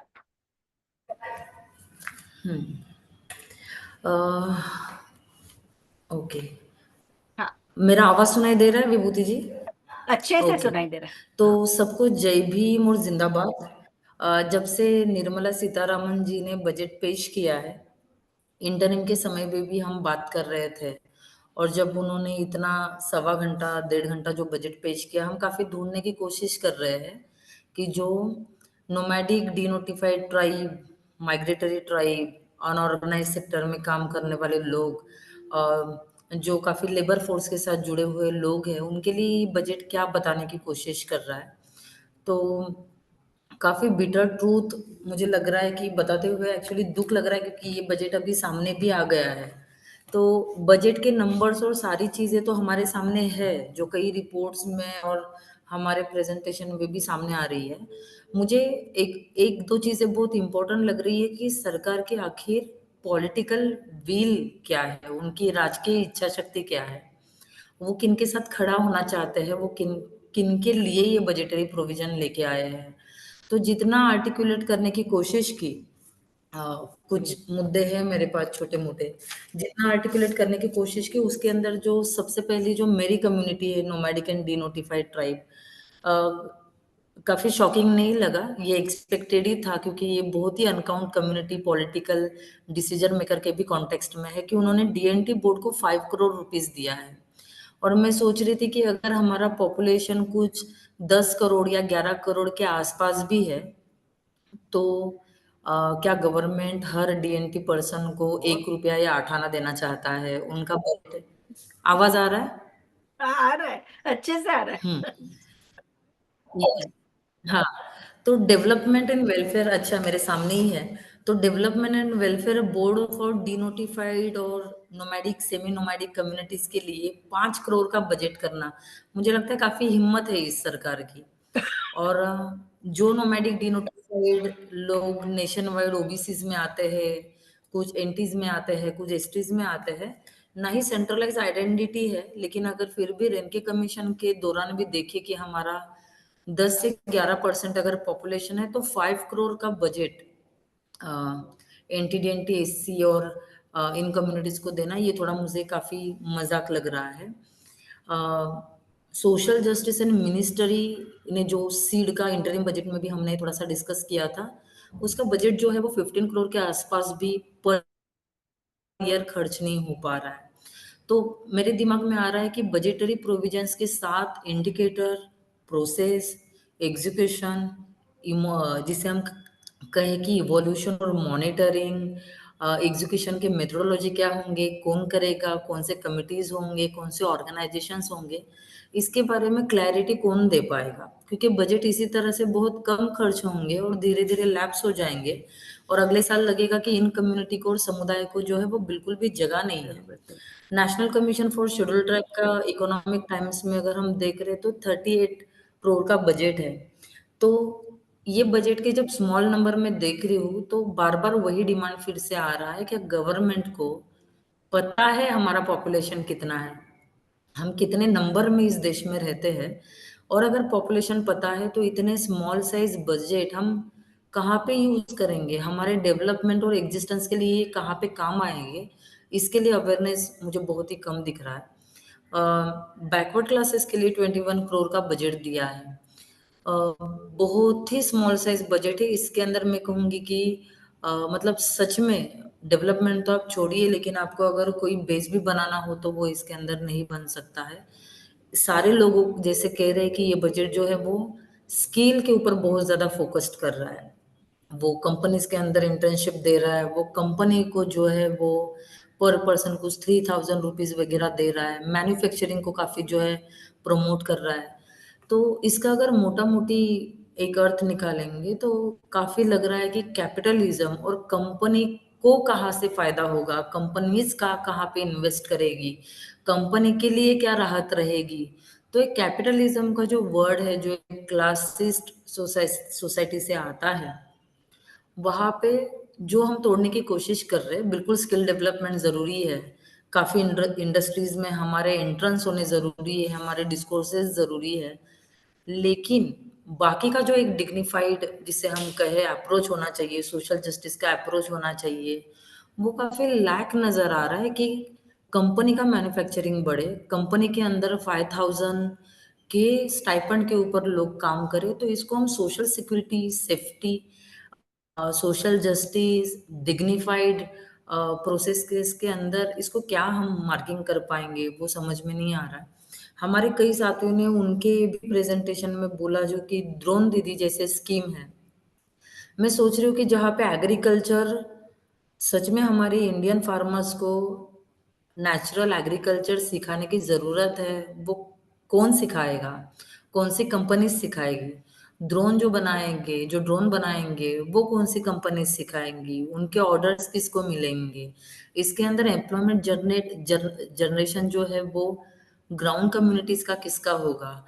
तो मुझे कई सारे सवालों के जवाब जो जब मैं इस बजट को देख रही हूँ तो मिल नहीं रहे, और मुझे लग रहा है कि काफी इंटरकनेक्शन है जहाँ पे थोड़ा सा कास्ट की अंडरस्टैंडिंग हमें है ही नहीं। इंडिया का पूरा जो सिस्टम है वो कास्ट हायरार्की के ऊपर है, कास्ट डोमिनेंस के ऊपर खड़ा है, कास्ट रिलेटेड वायलेंस के ऊपर खड़ा है। तो अगर हमें इस तरह के जो ग्रास रूट में बसे हुए समुदाय है उनके बारे में अगर सोचना होगा तो गवर्नमेंट का, निर्मला जी ने 7वीं बार लगातार बजट पेश किया है, इतना विक्रम उन्होंने किया है, लेकिन वो विक्रम के अंदर ग्रास रूट कम्युनिटीज कहीं भी नजर नहीं आ रही है। काफी कंपनी कैपिटल और कैपिटलिज्म फोकस्ड बजट है, कंपनीज को ज्यादा इन्वॉल्व होंगे, वो ज्यादा डेवलप कर जाएंगे, उस तरह का बजट जो है वो नजर आ रहा है। आप किसी भी तरह की स्कीम अगर ले लेते हैं, जैसे एक स्कीम मेरे नजरों से के नीचे से गई है कि support for marginalised individual livelihood enterprises, जिसके अंदर हम रिहैबिलिटेशन और बेगिंग करने वाले कम्युनिटीज को देख रहे हैं। तब मैं देखती हूँ कि एनटीडीएनटी के अंदर एक बहुत बड़ा पोर्शन ऑफ कास्ट कम्युनिटीज है, जनजातियां है, जो begging related, street performance, art performance related occupation के दौरान अपनी उपजीविका चलाते हैं। उसको 98 करोड़ का बजट जो है वो गवर्नमेंट ने दिया हुआ है।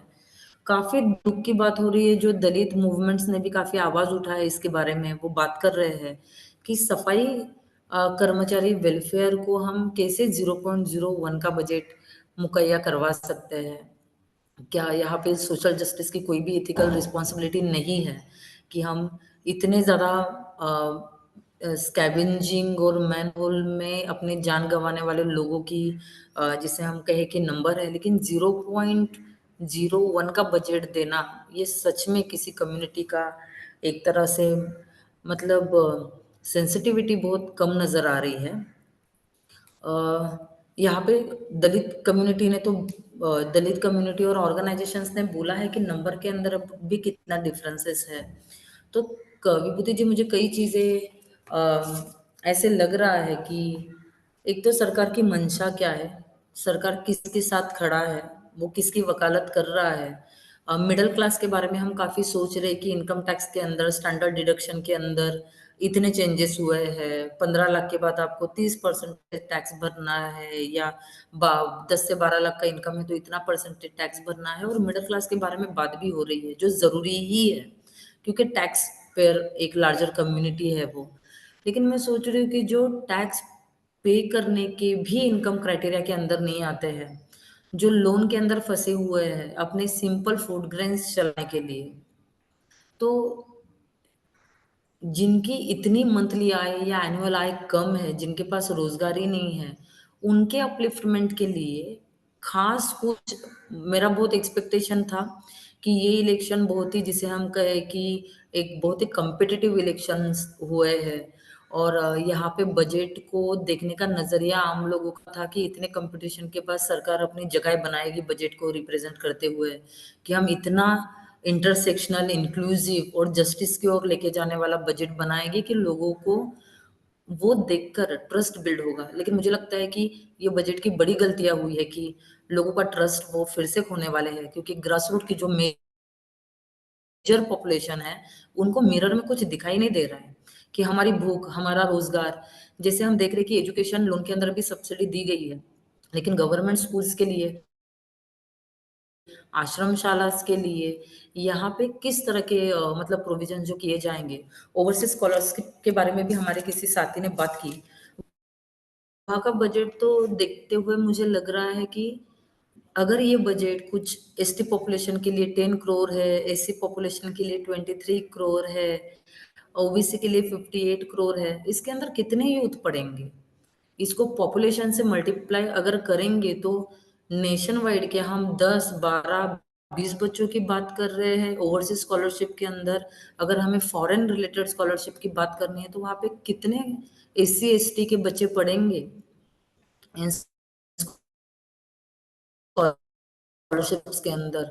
कितने पॉपुलर करोड़ एससी के लिए? मेरे ख्याल से अगर 1.5 से 2 करोड़ की स्कॉलरशिप एक बच्चे को लगती है, तो इसके अंदर हम 10 से 15 बच्चे भी नहीं कवर कर पाएंगे। तो हमारा जो एक करंट है इंटरनेशनल वॉइसेस में जाने का, पार्टिसिपेशन का, लीडरशिप का, उसके बारे में lack of social justice approach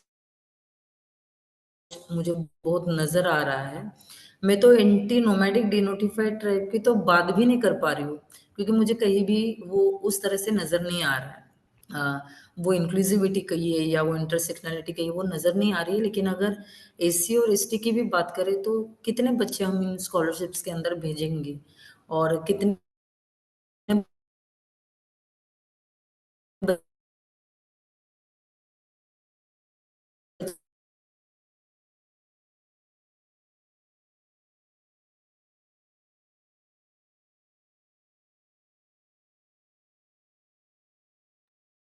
Hello, Deepa ji.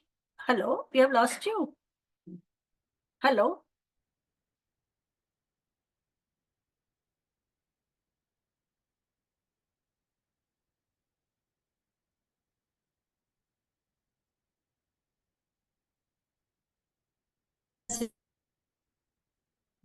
Hello hello Deepa ji, you are muted. आप अपना शुरू कीजिए। हाँ, बोलिए। हेलो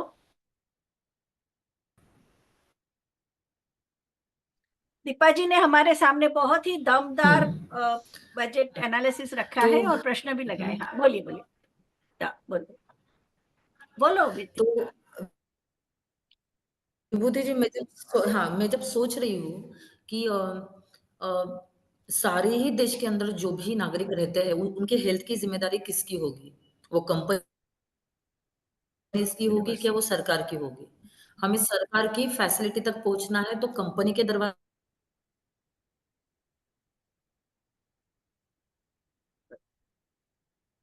उनसे यस कि कंपनी के दरवाजे खटखटाते हुए हम आगे पहुंचेंगे या हम सरकार के ऊपर ट्रस्ट कर पाएंगे कि हम आपको Universal parent as a role में sure. देखते हैं, राइट। हम आपको बात कर सकते हैं। तो बहुत ही सरकारी फैसिलिटी सर्विसेज जिसे हम कहे वो आउटसोर्स करने की बहुत बड़ी मंशा भी मुझे यहाँ पे नजर आ रही है कि ये काम करेंगे कौन, तो वो कंपनियों को दिए जा रहे हैं।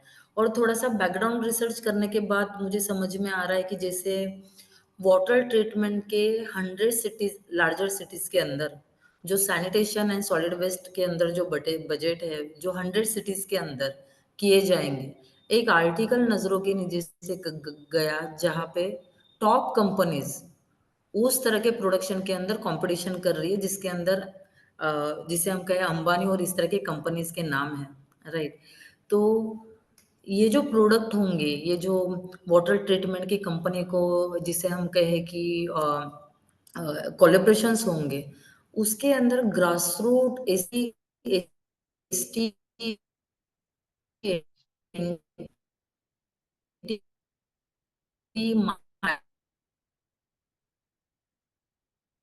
Migratory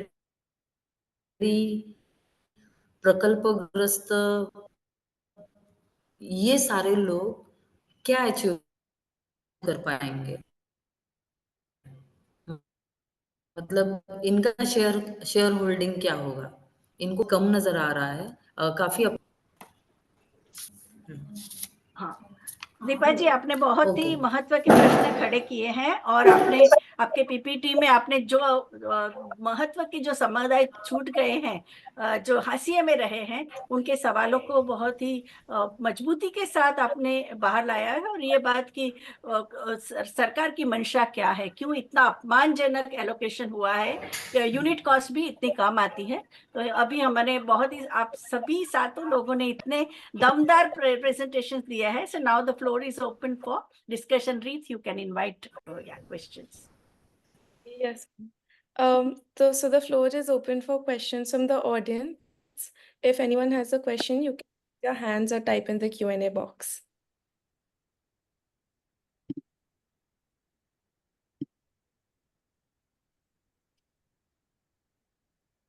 You can also unmute and speak. Otherwise, I'll ask the panelists to have their roundup and pathway for future. They can speak about it. So can we start with Dr. Paramita, Professor Paramita Saha? Hello. Let me unmute.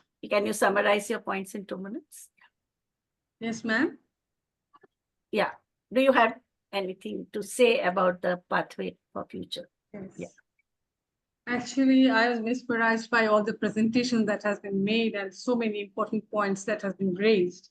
Still, I feel in line with what the last speaker was saying, that budget is not only a financial statement, it's also a political statement.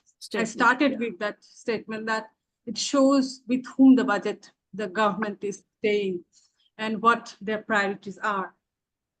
Even after saying that, even though the very required emphasis on agriculture is back, the emphasis on employment is back, I would say that that's a good round, but we should not forget the points where the areas where the cracks are showing, and the areas which we shouldn't forget: the informal sector employees, the unorganized sector employees, the employees in the gig work, the platform workers, their rights and their protections.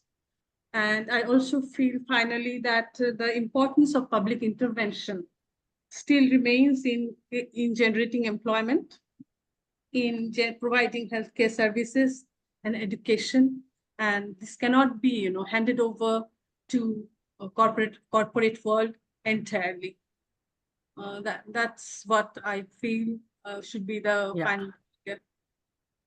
Thank you, Professor. Yeah.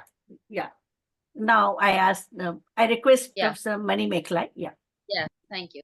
One point which I missed that, and then we go forward. That is the formalization of jobs through incentives to register with EPFO.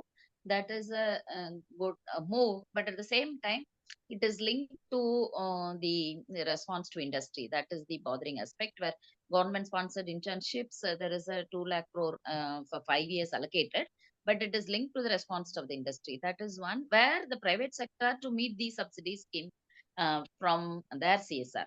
So far, the CSR is the corporate social responsibility would be something to the society. The industries will be doing, but now it is connected to their, I mean, this kind of schemes.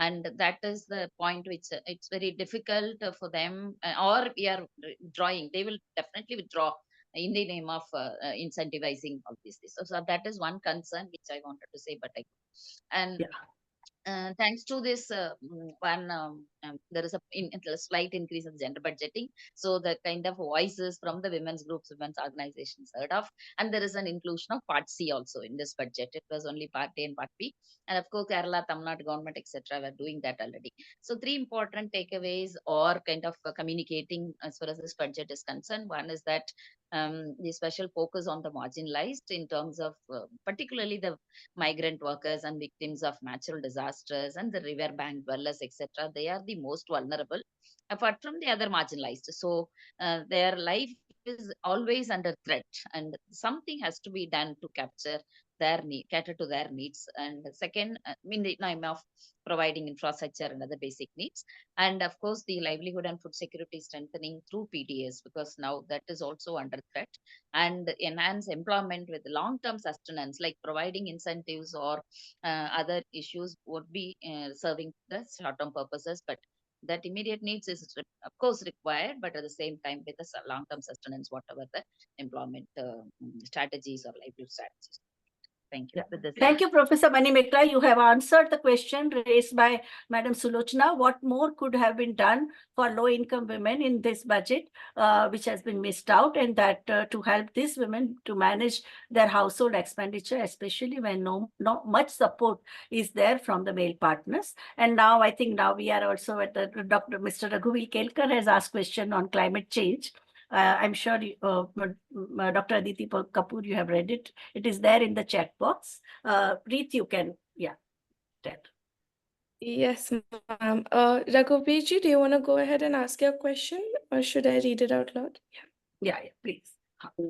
Yeah, so I introduce yourself, sir. Yeah. Okay, no, I'm not a sir. I'm still a student. I'm a PhD student, currently based in Australia, and I was a student of Dr. Aditi Madam in St. Xavier's College, Mumbai. So on the climate change, Dr. Neha she gave some insights. No, Dr. Aditi Kapoor gave. Dr. Aditi Kapoor gave. Dr. Aditi Kapoor, yeah. So I just want to ask her, in how many years will the common household realize the benefits in the reduced cost of energy in the current energy infrastructure? Because the one-time cost of buying and implementing the solar panels in the household energy sector is very high. And if it is very high, why will the common household actually go towards having a solar energy panel in their house if the current energy cost is very low, and if he has to wait for 20 to 25 years to realize the cost benefits of switching to clean energy resources? That's my question. And what should the government do to it? Because in 2015, India joined the Global Solar Alliance. Still, the government has not made any substantial budget allocation for subsidizing the solar panels and the other clean energy resources. So the way the scheme works is that the solar panels are subsidized, and the cost has gone down substantially over the years.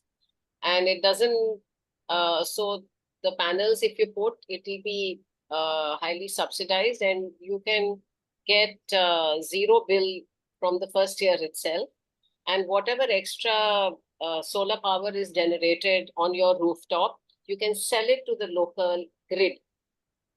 And then, so that's what you're storing. So whenever you want to use, you can actually draw from there. And if there are ways in which you can also earn from there. So it's not that you'll be spending anything on your electricity. Once you agree to put those on your roof, then you will actually be supplying to the local grid. So you become a supplier of energy and your own bill goes to zero. Yeah. Okay. Thank you.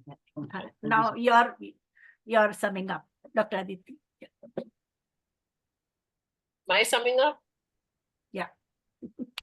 Well, in one line, far more to be done, and I completely agree with Deepa Pawar that well, I wouldn't say that there is no provision for work at the grassroots, because if you look at our policies, then we are looking at the governments repeatedly saying that please make village development plans, the Gram Panchayat development plans, the guidelines have been revised a couple of years back. They do bring in participatory activities to make those plans. So I wouldn't say that the central government sitting in New Delhi, Raisina Road, is going to deliver, right to the grassroots all over India. I think all these sectors that we are talking about, whether it's agriculture, water, housing, livelihoods, all these are state subjects. And some states do better than others. So I think state governance is a very, very big issue. Of course, budgets are political. So, but budgets are political in the sense that it depends again on the state government, how much they can maneuver and negotiate to get more money, to get more schemes. But the actual implementation then, depends really on how much are you promoting agriculture, the schemes, how much are you promoting the self-help groups, how much are you giving leeway to panchayats. So, it's easier to just sit and say, well, the center has not done anything and the budget has not done anything. I think the budget has to be read in association with the larger policies that we have. So there is progressively, I have seen that over the last 2 decades, there has been a progressive decentralization of policies, whether it's to do with your disaster plans, whether it's to do with your development plans. But I think 2 things is, one, the ability of grassroots people and non-government organizations and research institutions to galvanize and push for better implementation. I think that is something, it's not a supplier's world, it's also a demand world. So I think that is something that needs to be done. And today the social media is good enough for, getting to know a lot of things.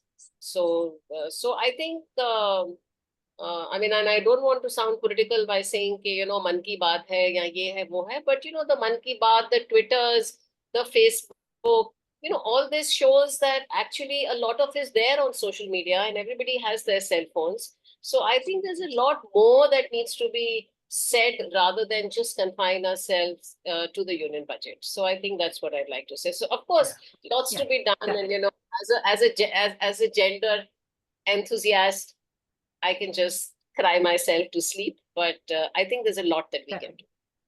Thanks. Okay. Thank you, Dr. Aditi. Now, Dr. Aditi Sawant, your last words. Yeah. Thank you, ma'am. So just to sum up, I feel that the grassroots development is very important.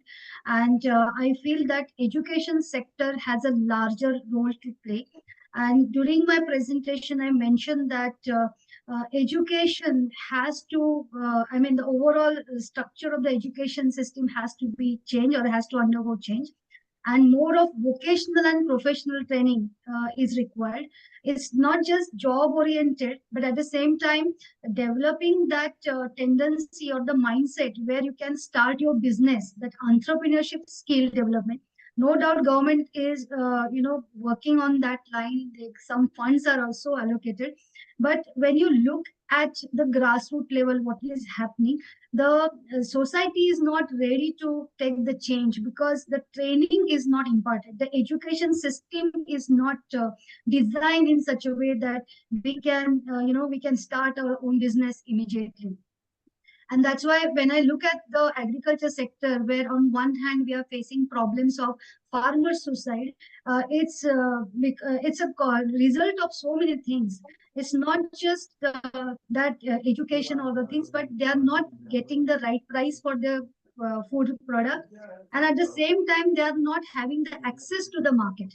That's why giving the access to the market and providing that kind of platform, that is a need of an hour.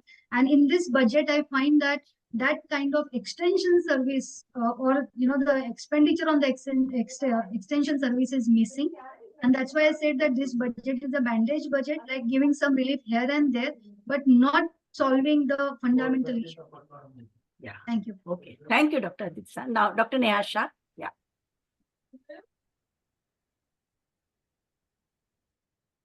I'll be also very brief in concluding because since 91, we have very rapidly moved towards the market economy. We have left a lot of things to be done by the market, and the corporates have grown, profits have grown.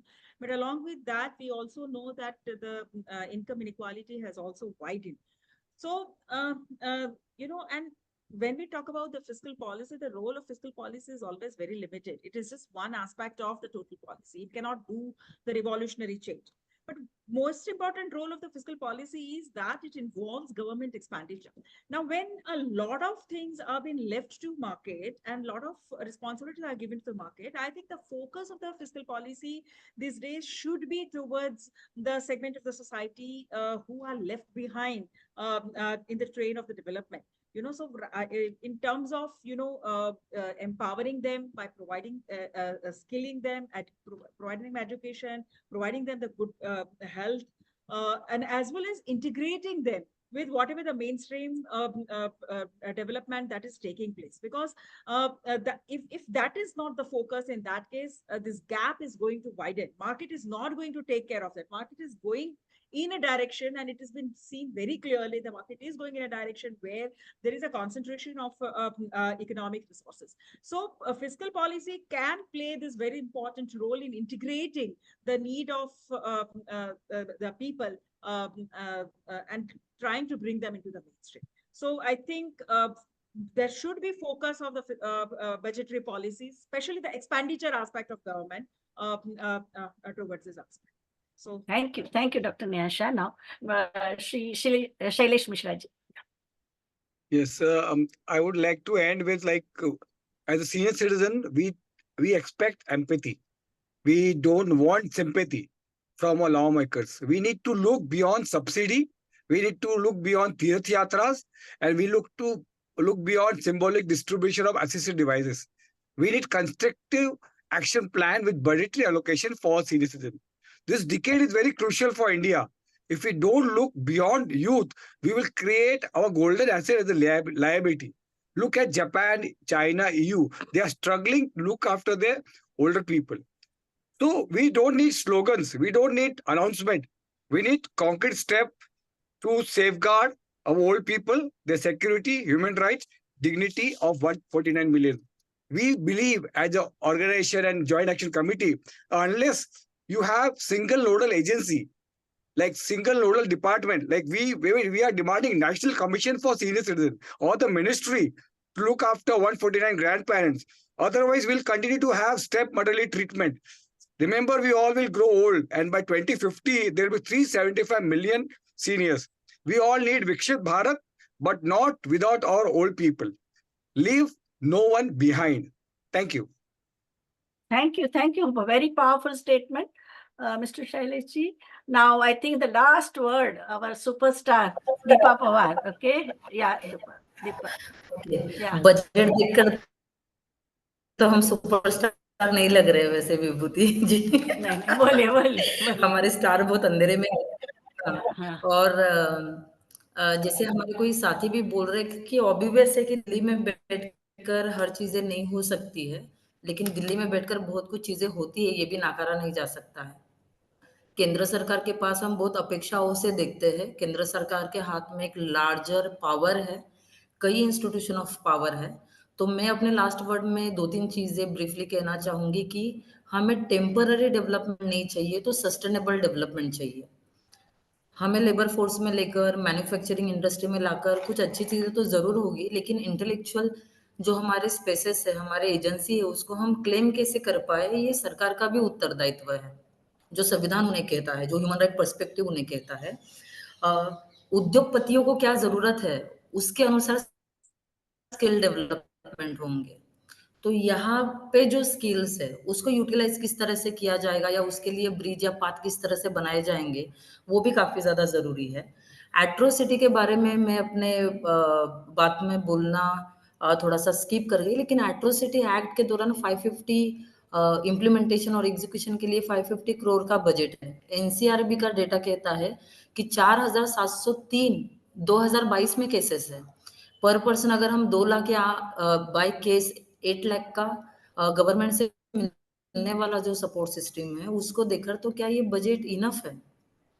तो जहाँ पे development की बात है, उसी के साथ जुड़ी रहेगी यहाँ के हायरार्की के थ्रू होते हुए वॉयलेंस को गवर्नमेंट प्रमोट करेगा, सेफ करेगा, वो उन लोगों के साथ खड़ा रहेगा।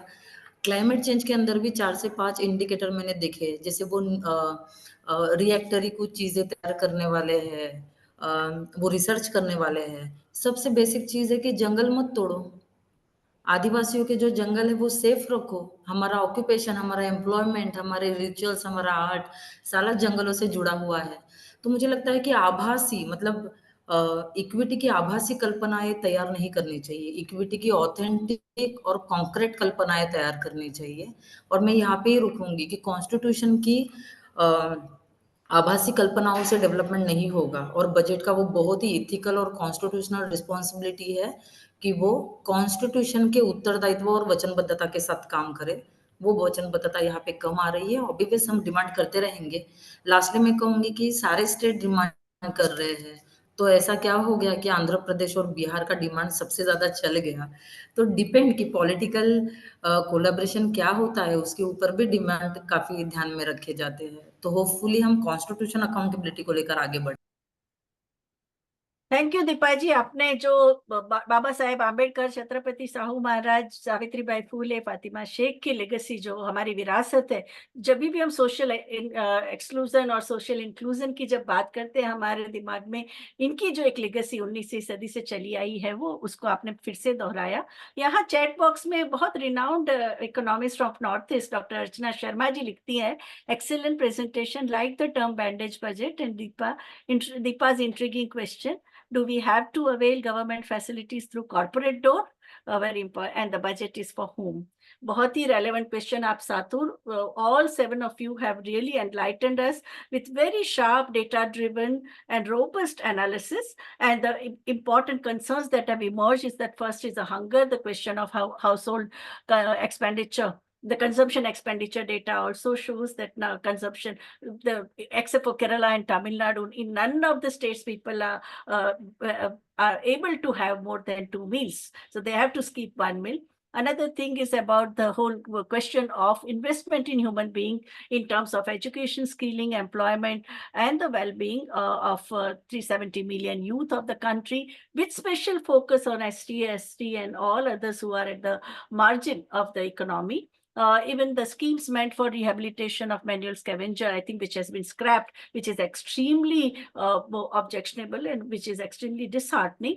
Mr. Bezwara Wilson, the Safai Karmachari Andolan's leader, has also demanded a reintroduction of an education scheme for children of sanitation workers, education and employment, and also the of SC/ST minorities is a very important. Minorities, Ministry of Minorities budget has also gone down. Post-matric scholarships have gone down, and the question of reproductive rights and the reproductive health of women. Now also India's maternal mortality rate is 103 women dying, pregnant women dying during maternity out of 1 lakh live births, which is extremely high, except for Kerala, Tamil Nadu.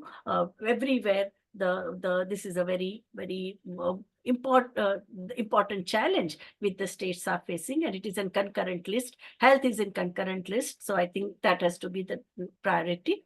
National Commission for Senior Citizens, the demand which I think Mr. Sailesh Mishra ji put forward, and the concerns for senior citizens have emerged very sharply. They are also, their charter of demand is also very asking for the very focused and doable agenda. Condition of women in the workforce, I think, as the way Dr. Manimekalai put forward the women's situation, and I think the Dr. Shah, Professor Shah, and Dr. Aditi Kapoor also brought in the question of women in the farm sector, and then question of informal sector, women in cottage industry, even the plight of gig workers. I think that they all are in need of social security and social protection from the state. When the question of enterprise, we have only 3.76 total among the entrepreneurs. The women are there, and more enabling environment needs to be created, not only by the financial allocation, that is one part, but also by the enabling policies and the support structures.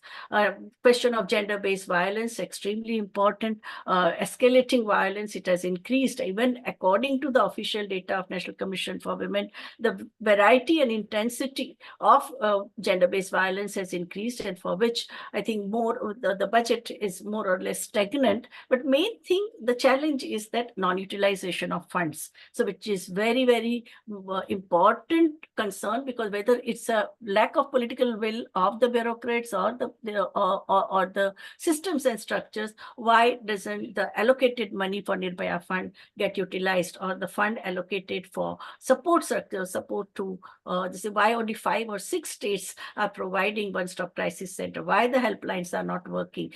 When the money is parked in the ministry, why doesn't it get utilized? So I think we have a long way to go. And as of now, only 18 states and union territories are doing gender responsive budgeting.